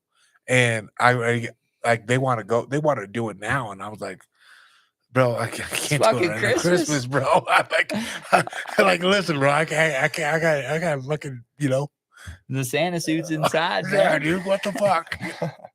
And but like, anyways, you want one of those? But yeah, I don't know, man. I honestly, Tomas had a question for somebody. I think. What'd you have? No, I just wanted to hear a little more from you. It's, your background, and you said you came up here in Colorado. So, what was apart from going to college and then coming back, what brought you back into the hunting? And then, you said you hunted as a youngster. So, yeah, give us a little more detail. Yeah, so I'm born and raised in the Vail Valley, Eagle Valley. Grew up playing soccer. That was I'm first generation American. My dad's French. My mom is Belgian. So first, oh wow, French is my first language. Really? Oui. Exactly. And I'm bilingual too. Is it? It wasn't until I grew up with this kid named Caleb Lazier. He's one of my best friends. He helps us a little bit. So he's a guide. He's going to be helping us more. And him and his dad would always go away in the fall. I was playing soccer in the fall, so I never really had time to hunt, never really thought about it. But they would go away, and he'd come back with like the foot of a pheasant or some pronghorn or some deer story. And I was like, something cool, right? Yeah. We started fishing together when we were super young, so we did all that kind of stuff together pretty much every day after school. When you didn't have homework, essentially, you'd skip your homework. And then in the summertime, just elementary school and middle school. And then soccer really took over my life. So in the fall, eventually I got my hunter safety. It was like middle school. I got my hunter safety, and I got my dad got it with me. We bought our first rifle, a 270. I think I was like 12 years old. Savage 270, probably. Yeah, Remington. Remington. Yeah. So that's right. Sweet gun. Yep. I love that thing. It still shoots perfect. And so in the fall, I think 2 falls out of the 5 or 6 that I could hunt before I went off to college, I had 2 opportunities to hunt second season with my dad. We took the long weekend. We went out and hunted for 3 days. We didn't have any soccer games or anything, and we were just out there. I grew up also, hiking, camping, going to Moab and all sorts of places in Utah and stuff. And my parents were just avid outdoors people and loved the camping and hiking. So my brother and I just got addicted to that essentially. And it was always a big part of our lives, and the fishing especially. And eventually kind of hunting took over. What's cool for me is as a youth, 18 years and under, you can hunt the late season in Colorado. You can transfer your drawn tag to a late season tag for December 15th to the January 15th. So you get a month to hunt. Just cows, just the late season. And it's a great opportunity for youngsters to really get into hunting and see elk, learn how to hunt, and have those awesome experiences. So that's mostly what I did. Tim was saying earlier, I didn't own a pair of binos. I didn't have a pack out frame. I was wearing jeans or Walmart camo and Hey, just that your just normal shows you stuff. back then it didn't fucking matter though, Nah, right? and, my dad would go out. My dad and I would go out once or twice in the late season. I went out with Caleb a few times. And our first year, we got on a group of like 200 head of elk. We hunted 5 days. The 5th day or something, we got on this big herd of 200 head of elk, and I drew the short stick. So Caleb had the first shot. I was with his dad, and we're set up, and these cows are going single file, and he takes a shot, and the elk all just scatter, and we're like, "What's that?" And his dad goes down there, looks for blood, doesn't find blood, and that was the end of that season. So neither of us filled our tags that season, but from then on, the next 5 years, I went out every late season. I hunted 2 more late seasons with my dad. The first cow elk I shot is pretty cool. It was the first day I went out hunting that year. We played soccer all fall, and my mom's family came out for Christmas, and they got here like 2 days before Christmas. The day after they got there, my uncle wanted to go on a hike. I was like, I want to go hunting. Yeah, so perfect. my dad's like, perfect. We're gonna go on a hike. Yeah. We're gonna take the gun. Yeah. We're gonna go Yeah, shoot. we gotta protect ourselves. Yeah, exactly. So we went to this local unit, Unit 36, and we're just hiking this road essentially. And you know how adults are; they'll kind of talk, especially when they don't know much about hunting. Or Yeah, anything. they're I'm just in loud my as zone, just kind of walking ahead. You're of looking them for and stuff. prey. Exactly, and just walking, listening to them talking behind me, and I look up, and there's a single cow on the face. I'm like, all right, Holy cool, shit! perfect. Yeah, she's like 200 yards, and I sit down, put my gun on the knee. They're still talking behind me, kind of walking up, and I just let it rip. You did. I just shot. They stopped talking, and they stopped. I'm like, what? And I missed. So I racked another one and shot again, and I dropped her. And I looked back. I was like, how about that for a hike? And holy shit! Yeah, my uncle's never been on a hunt. There's not the same kind of hunting out in Europe. Yeah, for sure. And they live in the city and stuff, denser human population and stuff, and never even thought that he'd see an elk. Yeah, much less be there when one got shot. So that was my first cow, and how cool is that? It was too cool. It was. Did you guys get to eat them? Did you guys give them a little bit of it, or they were there for maybe a month or so. Oh, so they ate something. So they got to eat some. And they were like, "Oh fuck, I understand why I eat this shit." Then you guys eat. How old were you? 13 years old. Damn, dog. Yeah, it was. I shot my first deer that I'm taking my fucking gun with me. We're going hiking. That's the shit, bro. Good for you. And then from then on, it was every late season successful in filling my cow tag. I would just go out. I went out one more time with my dad and my brother. I went out with my buddy and my brother, and we filled tags. And then 3 times I went out alone and filled tags. Yeah. My senior year of high school, I shot my first bull in 4th season. So you passed up bulls. Late, you're a late guy then. You're a late season guy. Yeah, that's how I grew up. Yeah. Hunting. It was in the snow. I love just. So yeah, like I said, I didn't have a pair of binos to me, and my dad didn't know much about hunting. You guys were foreign to it. Honestly, I had no idea. Yeah. So it was just go take a hike in the woods until you find what you're looking for. Like hunt for the creature, and so that's what we did. And you'd be really good at archery. his senior project, he bought some trail cameras and did some elk and mule deer stuff around the town, and like was trying to study them. And it's like I was chasing women and drinking. Yeah. You know what? So we're constituted in cloth, but that's what's so. Hey, that's so cool, man. Because like honestly, like so I get who you are, and I get who he is, and it's kind of like it's not that you guys are like totally opposite because you guys have the common denominator. Like you guys love the outdoors, you love hunting, and you guys, I obviously started this thing pretty much together. Like you guys went on together. You learned together. Absolutely. Did you guys ever get pissed off at each other? Because every time I like it, Tomas, I'm like, it's a fucking internet, Tomas. Do your job. It's such a grind, dude. We need to pick each other up. So that's what I try to tell him. I'm like, Tomas, pick me up sometimes, dog. I'm always like, Tomas, I gotta pick you up every time, bro. There's 3 of us. It's Tim, Gary, and I look up to Tim and Gary, and the way these guys grind in the mountains, I'm like, I'm 10 years, 11 years younger. Yeah, but that's fucking. Some guys have it, dude. And just push myself because I know they are. Our first deal was we got a discount with Mystery Ranch. So I'm like, Yeah, Randy, yeah, Randy yeah. Newberg, fucking 60 pounds, can hike the mountains. I'm gonna buy one of their packs and fucking yeah.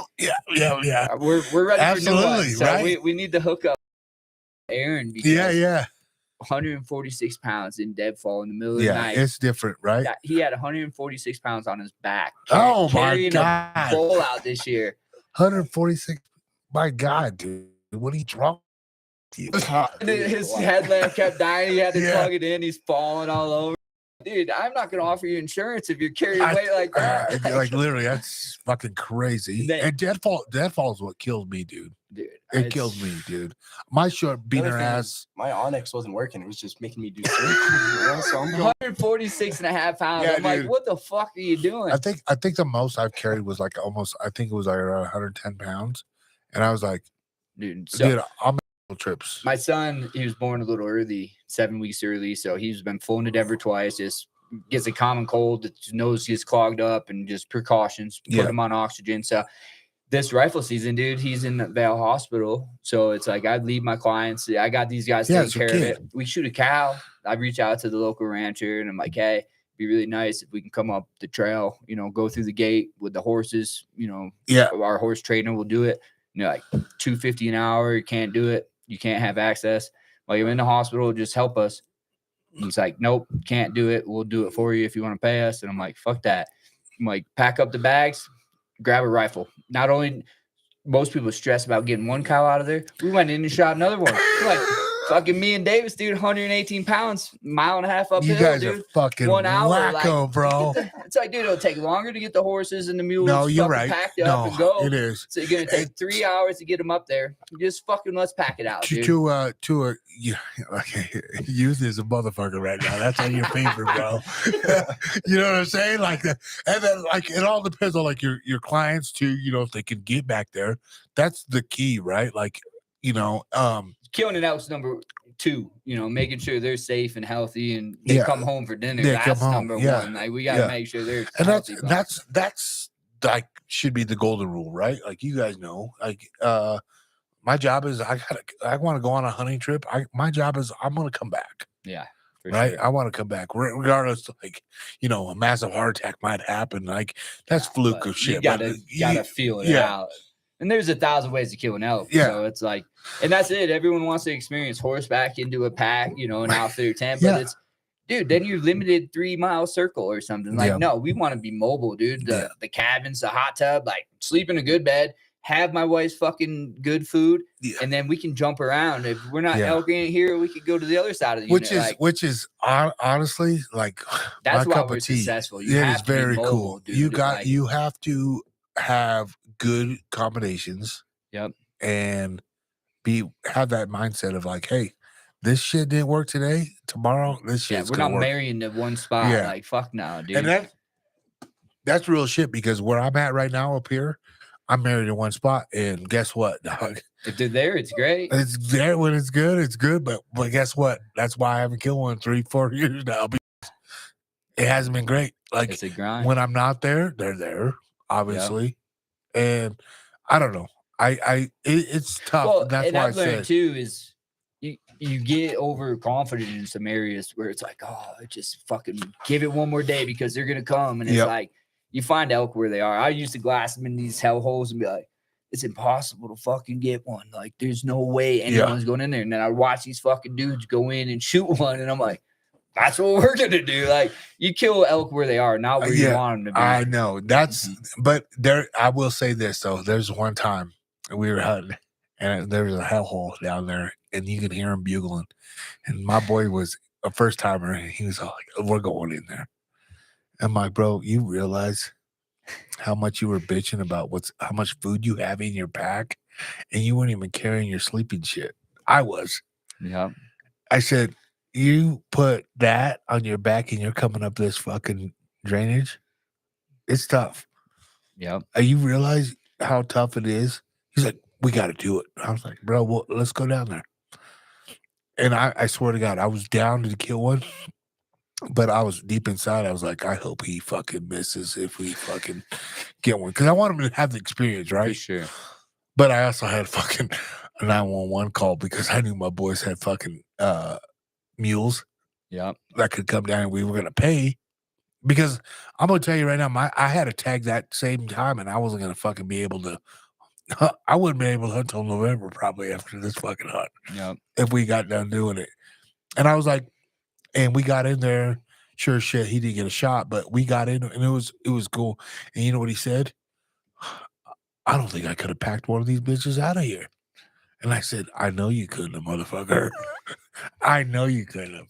And that's where I want clients to get bloody, you know, like I want people to know what they're signing up for, grab a knife, fucking help us. But that's our job. Like if you come hunting with us, carry your rifle and you're fucking shooting sticks. I'll carry this is what we do. We can carry everything. So it's like for most guy service, yeah, whiskey, it is cool. When we kill an elk, pour whiskey. That's your job is to fucking enjoy it because I don't care where we are, we'll get it out. Here's the thing, though, that says a lot about you, about you guys, you know, because let's just keep it real. Like when it's done and there's no cameras on and everything, and nobody's recording, like that shit is where a lot of these, you know, influencers or whatever, they're like, all right, cool. Can you guys help me out here? Like, no, bitch, you got to do this shit. Let's go. We're all gonna do this shit. That's like, what we live for. It doesn't matter. Your job.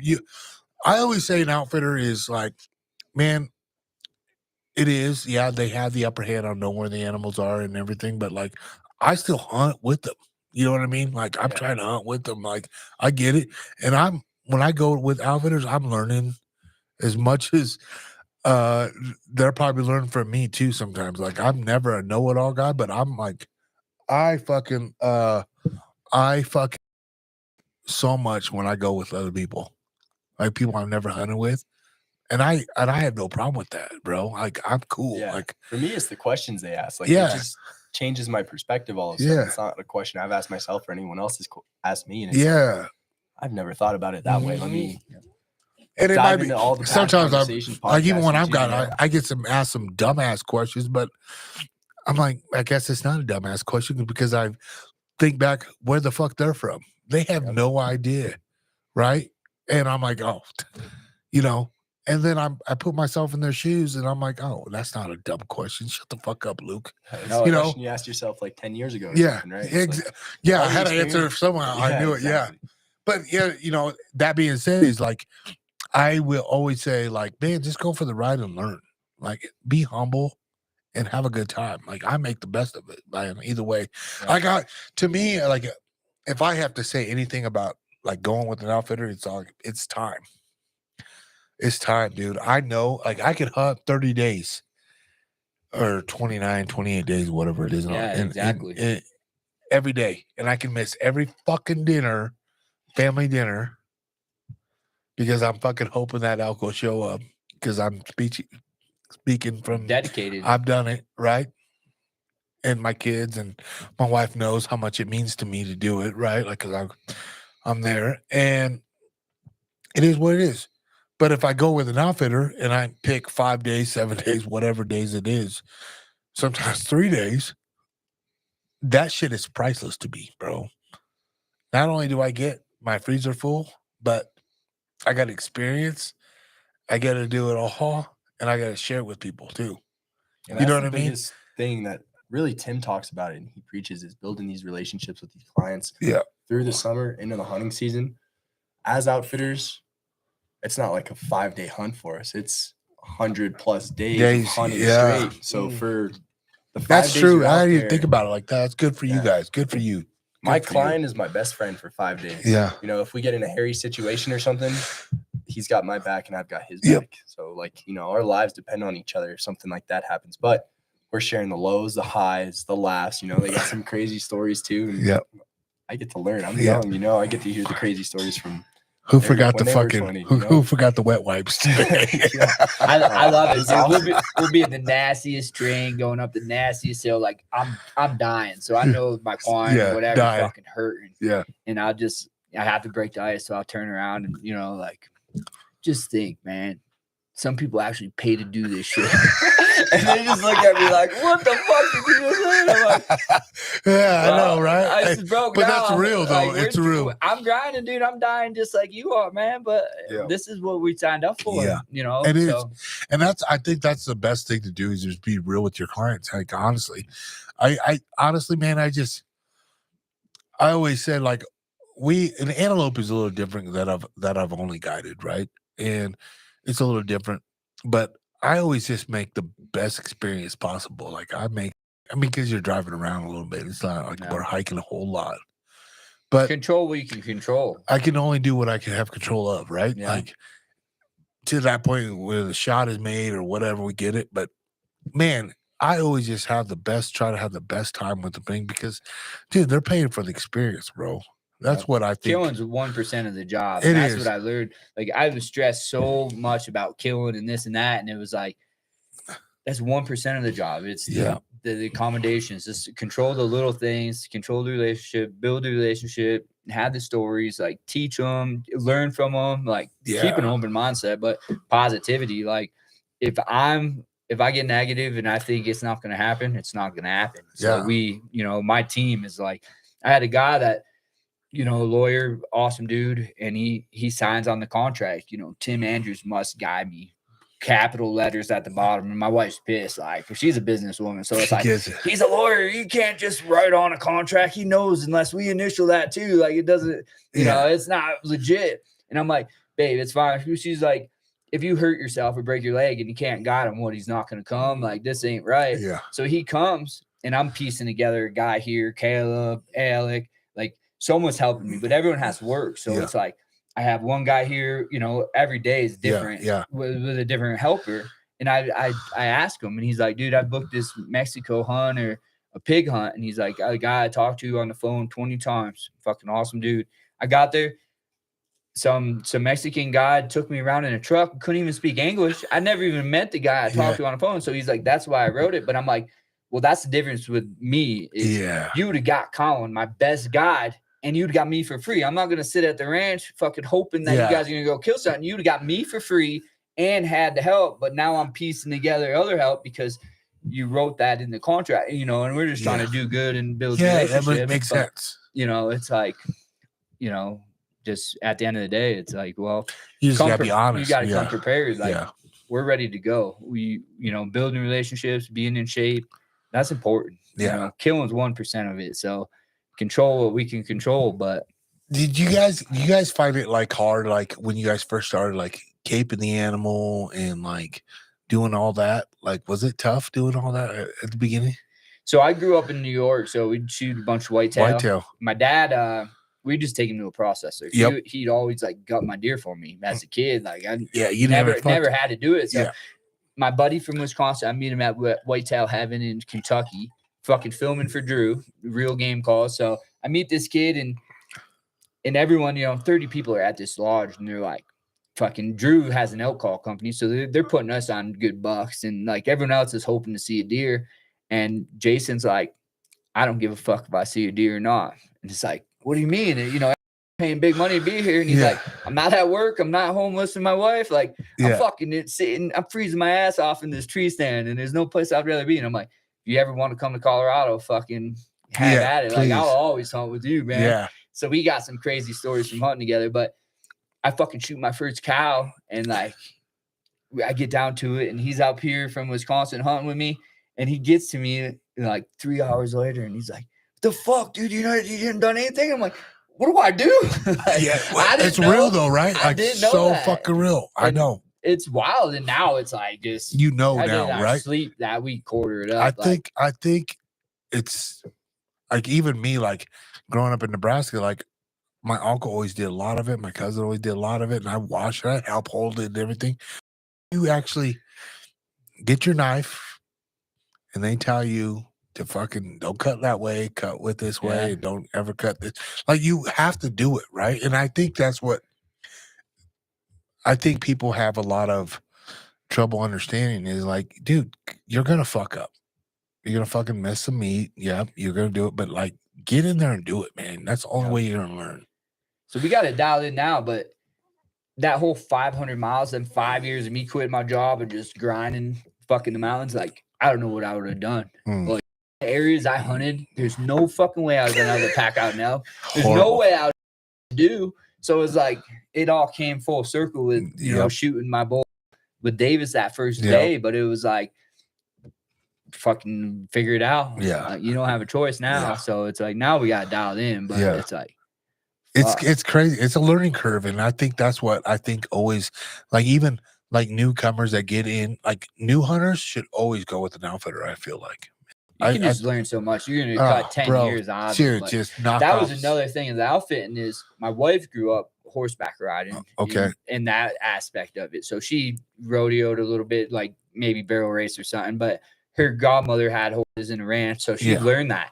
So my neighbors had horses. I went and fed them apples. I never fucking owned one. I never rode one. You didn't know so shit. I buy mules from Oklahoma, fucking bring them up. Like the more I can use my animals or something. And now this is our 6th season, and we're barely like we're putting elk on our backs, and it's like, all right, enough's enough. We got a horse trainer. We're figuring it out now, but it's like she got pregnant, so it was like, oh, she's supposed to teach me. Fucking rut, dude. Fucking rut. Yeah, the rut. So, but that was the thing is like, you know, 1 out of 10 elk a year, dude. In 6 years of business, we kill 30 bulls. So it's like we figured it out. You know, we're killing elk. So, hell yeah, boys. But we've packed them out on animals 3-4 times. Yeah. You know, and I've walked my mules in or whatnot, and so I've had to learn. I wouldn't mind fucking having mules when I go up. Mules and horses now, but that was a learning curve too because it's so dangerous to put hunters on, and insurance like triples if I put hunters on my horses. So that, and then it could just go wrong that fast.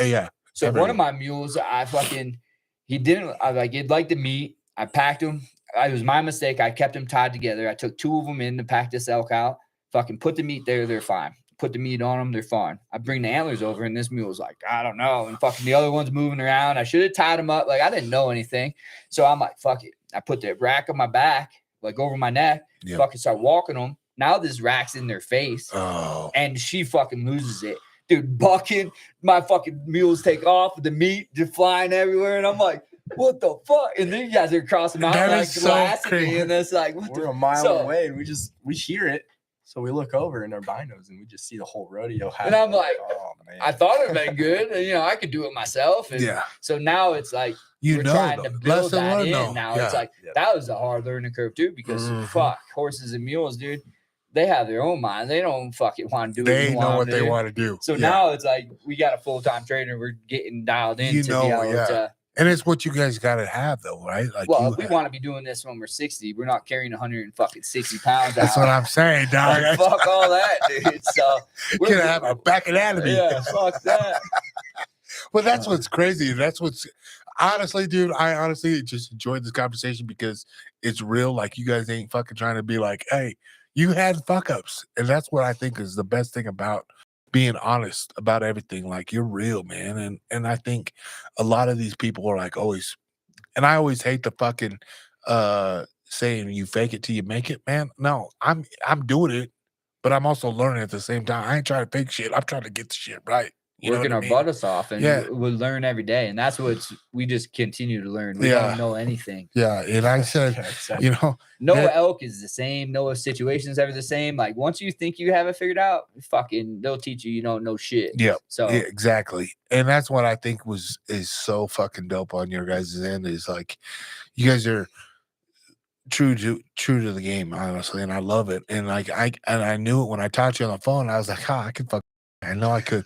And like, you know, you can only do so much off a phone call. And then when you finally meet somebody, you're like, yep, I get it. And then when you said with me too, and then I look at this motherfucker with ivory bear claws on his neck, and I'm like, did we just become best friends? Because like, honestly, man, there's only so many guys that can like so many people like us, right? There's only so that have the desire to do what you guys do. How many people want to get into UFC? Oh, I'd love to hold a fucking belt up. Yeah. What did it take to get there? Yeah, like, it's no one tough. sees behind the doors, you know. Really. We're outfitters, we're fucking whatever. It's anything like when you right? Like, how hard is it to get to that level, right? And it's hard to do it. It's no different than like, it's probably why I like hunting so much, because I like the part where that's my new fight, right? Every new animal, every season is my new fight, right? Like I like the challenges. I do. A lot of failures, so It it's like is. you keep yourself. You got to I pick learned yourself so up much every from it. day. Like get you 100 ask failures anybody. and 1 success, and it's all worth it. Yeah, but like honestly, like I'm due for a good success. But I've learned so much from all my failures. Every time I eat tag soup, right? Like I've learned, I have a great time doing it because I love the process of it. I do. I love going out and I do it, and it doing all this shit. But like, I fucking love that whole part. I do. And like, I've had some great times where I've killed an animal and I've been like, yeah, that was cool. That was fun. Like, it was good.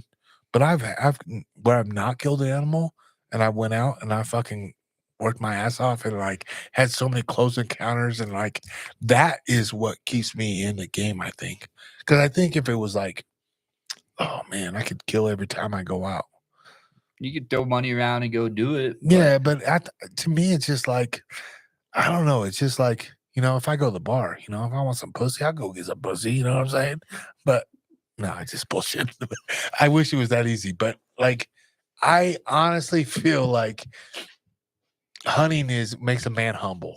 Yep. The real, like, It's it really the does. reset. And that's Gary from Texas, man. Hardest fireman, has side business. He works 24/7. Yeah. And same as his dad with that bakery. When you enjoy that bread, that's 16, 18-hour days, 7 days a week for the last 25 years. Like At least, never a day off, never sleep in. Yeah. It's a different grind. Yeah. But with us, it's like we want to kill every hunt because it's clients. Yeah. We don't get tagged. You're anymore. making people's dreams come true. But now, hey, Idaho spring bear. The last 2 years, it's like we go sleep in the snow and teepees. Yeah, we want to shoot wolves, we want to shoot bears, but it's the camaraderie in the mountains. If we get something, we get something. But if you want to work for me, go fucking pack up these. Like, we think we have tough terrain. Go to Idaho. Idaho is fucking tough. Is it really? Dude, it's steep. I never and tough. hunted Idaho. It's tough, huh? We're gonna find at the Frank Church this year and just get dropped off and hey, let's Go do it, spend huh? 10 days and fucking have brotherhood. And Hell yeah. that's what I know. These guys got my back. Like, no matter what situation we're in, we're cool. fucking ready Good to do for it you guys. because we want to kill shit, but fucking it's time to. It's an experience. It's man. not at work. It's not clients. It's not it's you this and guys that. actually doing it. It's just us enjoying your company and learning from each other and kind of just grinding. So I feel like you guys are more like a brother, like We're big brother, family, little dude. brother. I'm family. only as good as my crew. So it's good. I'm blessed, and that's it. It's like I can't. If you show You up, guys give each other shit. we try. but Yeah. I can't. If you show up for a 5-day hunt, like I can't have you need 5 days of pay. I want you to kill on day 1 to get your 5 days of pay. Like you can't wait until day 5 to kill because you need pay. It's like now it's like I try to pay these guys. I can't train people every year. We're a family, so it's like, hey, this is it. Fucking Get it done, and you get paid and help us out. Like you could go home to your wife or you could come help your brothers in the mountain because we're a crew. That's cool. So we got each other's That's back no fucking matter Shoot a deer what. on day, start packing out up the next day. Yeah. That's fucking crazy, That's how bro. it goes. That's what it's there for. Don't get no Next to each fucking other. girlfriend. He's like, don't get a girlfriend. Don't get a wife yet. Yeah, I'm like, he's like, I met this girl at the bar from Texas. I'm like, no. how's that gonna work? Is she moving into the camper with you? That's awesome, bro. Like, it's honestly. He saw your camper out there and he's like, when are you gonna fucking rent mine? Like, I want to be hooked up. And I'm like, Yeah, that's my mobile unit, bro. We'll take that out. I've seen that around, dude. That's fucking sweet. And I do podcasts out there, like events and stuff, and hunt camps, You whatever. have it up at the ranch. Yeah, dude. for sure. It's full. I want to upgrade, but when I upgrade, I got to upgrade a vehicle. You know what I mean? I got to upgrade my truck, so I got to get a. Who wrapped your truck? Archer Siding Design, my boy. He's my good buddy. He did my logo, dude. Oh, yep. Ramon. I know him from Drew Real Game Calls. Really? Yeah. Small world. Is it this? The little box. Yeah, that's one of them. Yeah, it is like a prototype. We used to build them, dude. Yeah, this is it, dude. That's a wooden one. You Dude. got a special one there, Dude, this is like one of the prototypes. Dude, no one has one of them. Yeah. Green ones. I had to put a rubber band around it because the other one broke, but dude, this thing is fucking. You gotta have fire, Drew on bro. your podcast. Drew's a fucking. Where's he gangster. from? He's in Pueblo right now. But Oh, he really? lived up in the valley with us. He's one of my good buddies. Oh and yeah, definitely. Tell him, Drew's please. the man, dude. Yeah, I would love. Look at that. It's right here, bro. That's awesome. I was I gonna told say you. if you didn't have him, I was gonna get you No, some that was Ramon gave me this one. He's like, bro, you need to try this. dude, he's the man. And I said, He's a cool. killer too. And it's easy to use. 100. You can sound so quiet or so loud. bro, Bro, I it's can so bugle good. with mine. Oh, Fucking- really? Oh, dude, yeah, they're legit. Fuck. And I we got can good. we can tune them. Like Really? I would carry 3 or 4 just to multiple elk. No like, tune shit. them all different. And meow, meow, meow, meow. I'm telling you, it's called a few elk from me. Drew taught me how to elk hunt. Retarded So I'm elk. blessed apparently. to call him. I get retarded elk coming in me, and I still can't shoot those motherfuckers. But yo, when you come up this archery season, Drew will be in the house. Fucking Collin, us three Sweet. will get yeah, you down, I dude. fucking can't wait, man. How because did Gaethje get into hunting? What's his he's story? so Gaethje. He comes from a small town in Safford, Arizona.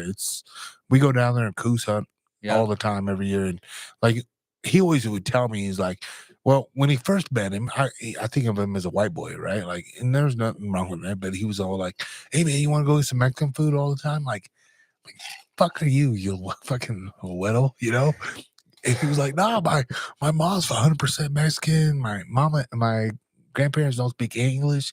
And then I go to where he lives. Oh, he's Mexican. He's more Mexican than me, bro. I ain't gonna lie. I'm 100%. Like, this motherfucker is straight off the border, bro. And I'm like, God damn, you're the one. His dad's German, though. Fucking red beard, big white dude. They're awesome people, right? But that's why he's such a good fighter. He has that little he's Mexican fucking warrior. awesome, dude. And, but it's a small mining town, and that's all they fucking hunt. You know, that's all they do. Like so all he's had it from all day his one. buddies, dude. All his buddies down there, we go hunt with them every year. Goose deer when we draw. We didn't draw this year. But dude, it's so fun. I never thought I would like goose deer hunting because they're like little labs with small racks. Like I'm like, It's that is blown up. Like I never Dude, even heard of it yeah, until a few years ago. And It's now fun. Like it's growing on me so much. And like when you shoot a big one, you're like, oh fuck, this shit's crazy. They're like ghosts, dude. You gotta have good glass. Yeah. You gotta fucking it's fun.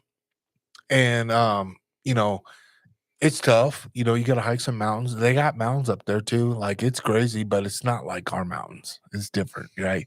When I'm going up, it's cool. Like, hey, this is a mountain. I'm cool, but our mountains are a little different, right? And but he's always done it, and obviously now money's been a big factor. Him now, he has money now, and that's can what do a you lot told more. me when I called. You're like, I ain't got that Gaethje money. Yeah, I ain't got money, Gaethje money, but he does. I was like, yo, you don't need money to hunt with us, dude. But You guys he gets to do like he's became a superstar now, and he's a fucking champ, dude. We he's- love him. he's the My man. brother's followed UFC from the beginning, man. He Yeah. loves it. And that's why I reached out because I'm like, fucking, I want a hat Yeah, sign. yeah, Something, well, shit, we'll get- something small, but it's like, dude, he's one of our favorites. Dude. Yeah, he's a I'll gangster. before you leave, I'll get some shit for you, and you can give your brother for Christmas or Yeah. something like that.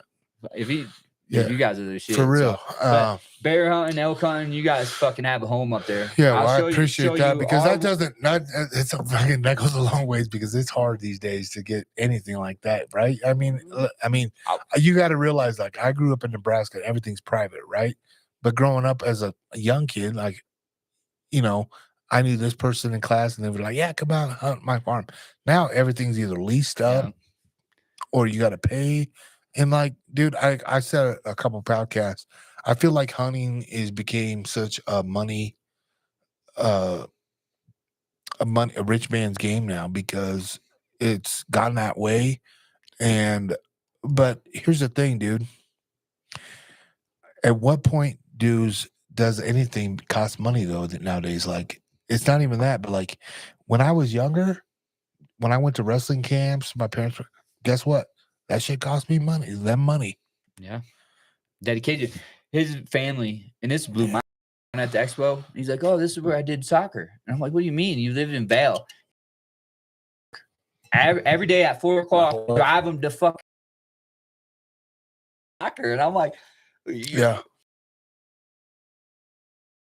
get it, man. I get it. My little son's 4 years old, and I'm gonna take him to Brighton, Colorado, because Yep. that's where I want him to wrestle with. Yeah. Amen, dude. You know what I mean? We got some good champs up near us, dude. These Yeah, kids are yeah, fucking traveling the country, man. They're two fucking killers. yeah. Man. They're awesome. I will say this: Colorado has a neck of fucking some bad motherfuckers, dog. It's crazy. My daughter's 3.5, and I'm like, if she don't get on the wrestling team this year, babe, like I don't know what to tell you. Yeah, so you get it, right? Like, and it's just weird because, like, man, like I played football. We had a state champ team playing in a fucking dome in the Bill Stadium and shit. damn. But wrestling, man, you go out there by yourself.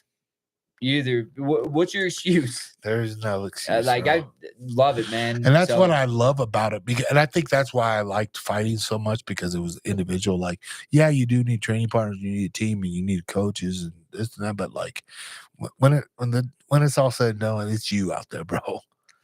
It's funny I you love say it. that. See, I was a goalkeeper playing soccer. I was not part of the team. I was in the back on my own. They're all out there playing, and I'm just in the back, just taking care Yeah, So when but you at the same time, it's yeah. on your back. Yeah, man. when they score on your ass, so it's something. But that's the that. thing. Like, but it's no different than like hunting, though, right? Yeah, for sure. When you're whether you're rifle hunting, I can put you on that Archer. elk, but when you stalk in or we get in close, like Am it's I on gonna- you, man. That heart fucking. or I'm gonna be like a queer in a hot dog factory, shaking like a motherfucker. You know what I mean? It's that's what I'm saying. Like, you can only do so much, right? Yeah. And I don't know. That's why I liked about it all. But I don't know.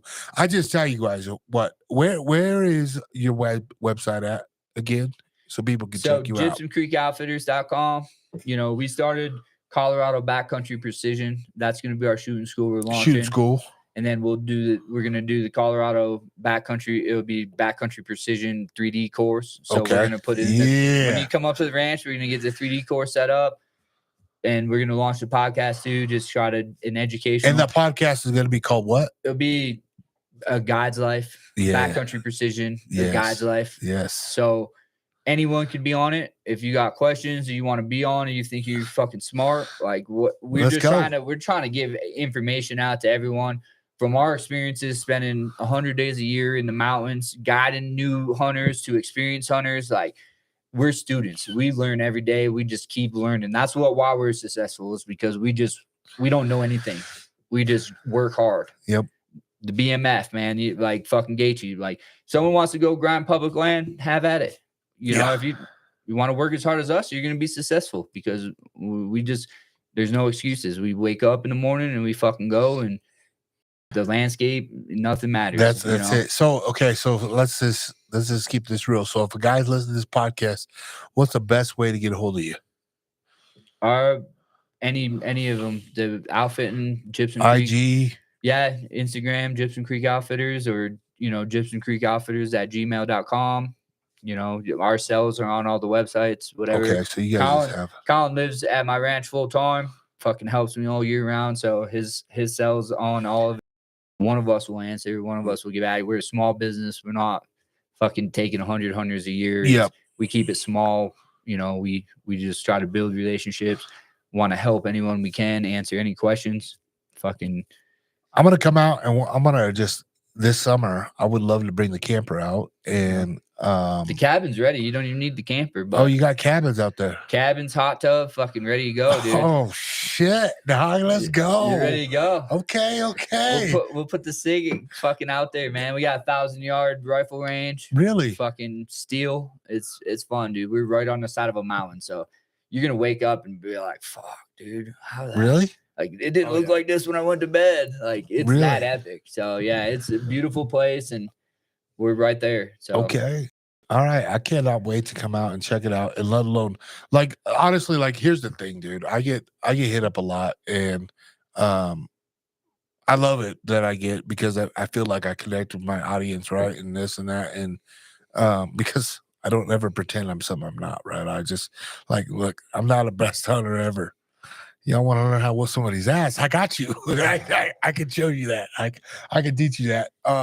But like, I have more fun now. Like, I'm 44 years old. Like, I have more times hanging out, drinking good whiskey now with you, get to know you, and talk about stories, talk about what we could do in the future. Like, I'm all about building brands and building people. And I think that's why I've been so lucky to work with such great companies is because like I don't bullshit. Like what you see is what you get. I don't Yeah. pretend I'm something I'm not.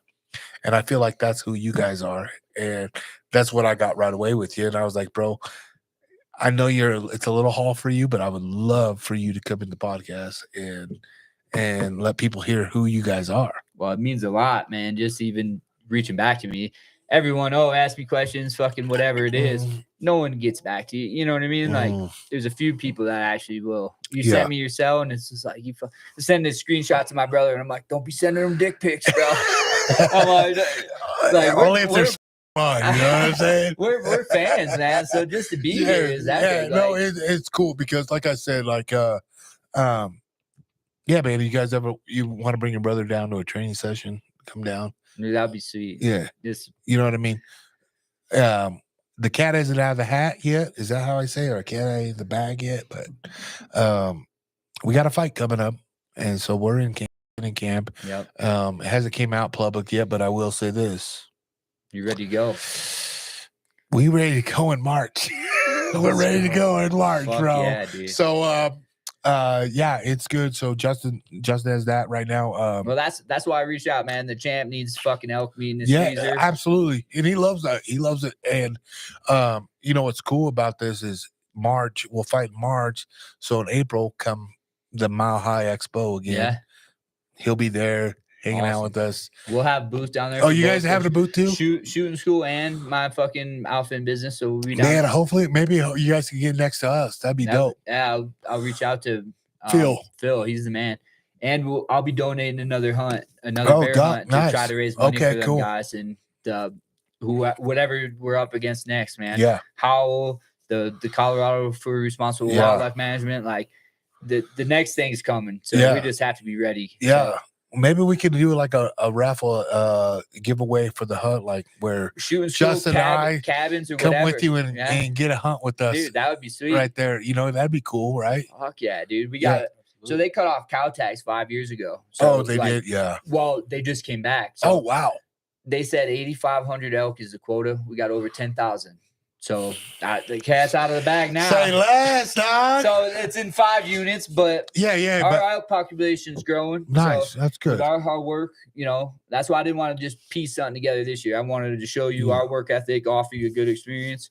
And next year, man, we're ready to go. So whatever. Well, good for you guys. Like you guys sound like you guys. We can raise some money. Yeah, that's what it's about. Yeah. I want my kids to be able to hunt. That's the key, right? It's their ranch. It's like, an outfitter, you guys are rich, you fucking whatever. It's like, dude, my bills are so much, bro. Dude. My 3.5-year-old daughter has chickens, horses. She has chores. She's growing up right. Like that's what it's about for me. It's not. I don't give a shit who has money. That's what I always try to tell everybody. Like, money is money.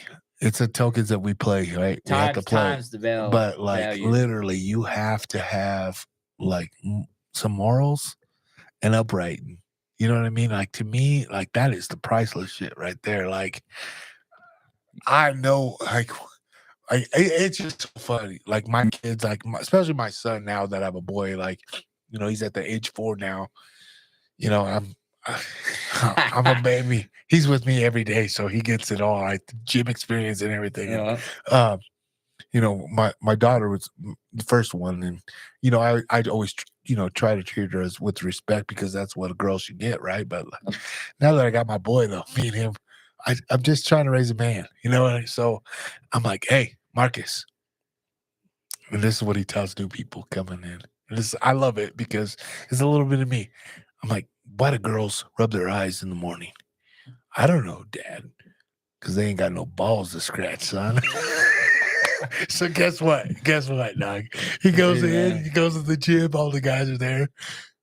Gaethje, Justin, what, Marcus? Why do girls rub their eyes in the morning? I fucking. That's priceless. I mean, don't let me homeschool your kids, bro.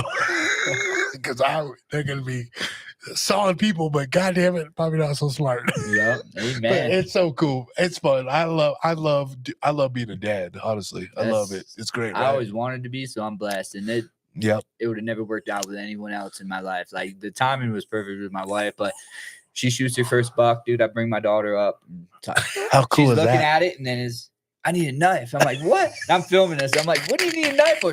We got to cut it up and eat it. And I'm like, she's like, big buck tacos, big buck cereal. Oh, she has it big buck down. rice. Oh, my like, she just kid- listened to all the food she ever knows. My kids And only like steak and jerky. That's it. Dog. They're little spoiled little fuckers. she's just like, big buck cereal, big buck rice. And I'm That's like, awesome. that's it. That's it for dope. me.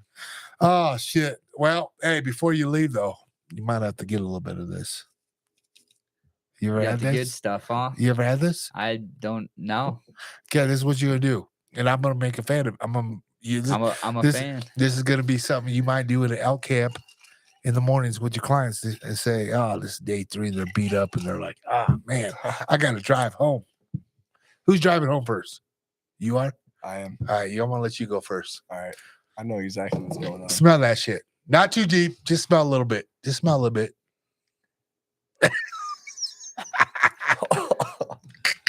It's a little yet. That'll wake you up. Huh? Holy hell. Hell yeah. That's a little That's a good one right that's there. a little smelling salt, bud. So yeah, I know. I just got it. So this is what like a lot of lifters will take before, like big sets, but little your eyes are on water. Oh yeah, dude. I wasn't ready for that one. Holy. This is what, like, when people get knocked out, they hit it with, and they're like, wake them up. That's good. This is You it. got more? Wow. That's awesome. Yeah, I need some of that, I guess. That's a yep. I swear to God, dude. I'll get my guy to send you guys some. I swear to God, that's the shit, bro. Hey, thank Hey, you so much, hey. brother. And if you ever have like a sinus infection or like cloggage, guess what? That's the Clear shit. it up. That's for sure. My son's in the hospital. I'm like, fuck the doctor. Here you go, dude. Look at his eyes. Oh man, they got me. Motherfucker, I worked at a he's bar. looking blood or something. 3 nights a week from like 8 to 2. I'll be needing that before I go. Oh, that's the shit, right? Like, for sure. it just wakes you, hit you. Like, that's a, like, honestly, I can't feel my face. it's numb. I know, dude. That's a brand new bottle. I just literally opened it too. So Yeah, Like- I never did anything like that. Dude. it's called Holy- smelling salt, is what it is. It doesn't bad. It's just No, it's like ammonia. It wakes you the fuck up. I'm like, oh, I ain't a pussy. I'm trying. Fucking back of My my head. I eyes are feel it. watering, I dude. feel it, dude. And I do it like so. Like if you're tired of driving, this is the best. This is huge in truck drivers' business. It's crazy, dude. Like I should have warned you a little You bit know all better. the truck drivers from the stop. Yeah. I should have fucking warned you, but like literally, it's fucking it No, woke you up, huh? Oh yeah. Oh yeah, my buddy Alex, he was here the other day. He was a fighter. He's like, "Fuck, I need this before my fights." I love this shit. He was asking me at practice the other day, "Hey, you got any of that yep with you?" I was like, "No, hell no, I don't have it." He said, "Dude, I want that now." But anyways, hey, real quick, what can they find you at again?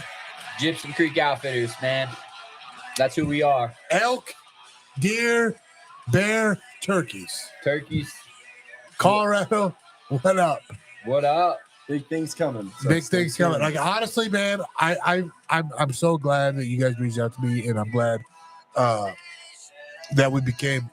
I'm glad you guys came down and actually put a face with you guys. We gotta yeah. have some whiskey with you, and let alone all the stuff you guys brought to me. You guys didn't need to do that, but That meat goes to the champion. Hey. He's ready for March, baby. that's right, baby. I will say this, man. You guys are fucking good people, man. I will say that right away. I know guys when I meet them, and you guys are a solid crew. And I look forward to this fall with y'all. We're gonna get down. We're brother. gonna get down. All right. I'm excited as hell, man. You guys are more than welcome every time to come down. You guys got a little time, come down. I'll bring the fucking mobile unit up. We'll do one up We there. want help on the 3D course, man. Oh, we're doing do We're it. gonna fucking Yeah, get down. 100%. We'll do it. You'll love it. So 100%. We'll do it. Fuck, we might have our tournament up there, dog. that's what I'm saying, dude. You know what I'm saying? All right, we out. Boom. That was perfect. Thank you, man. That was awesome. Thank you.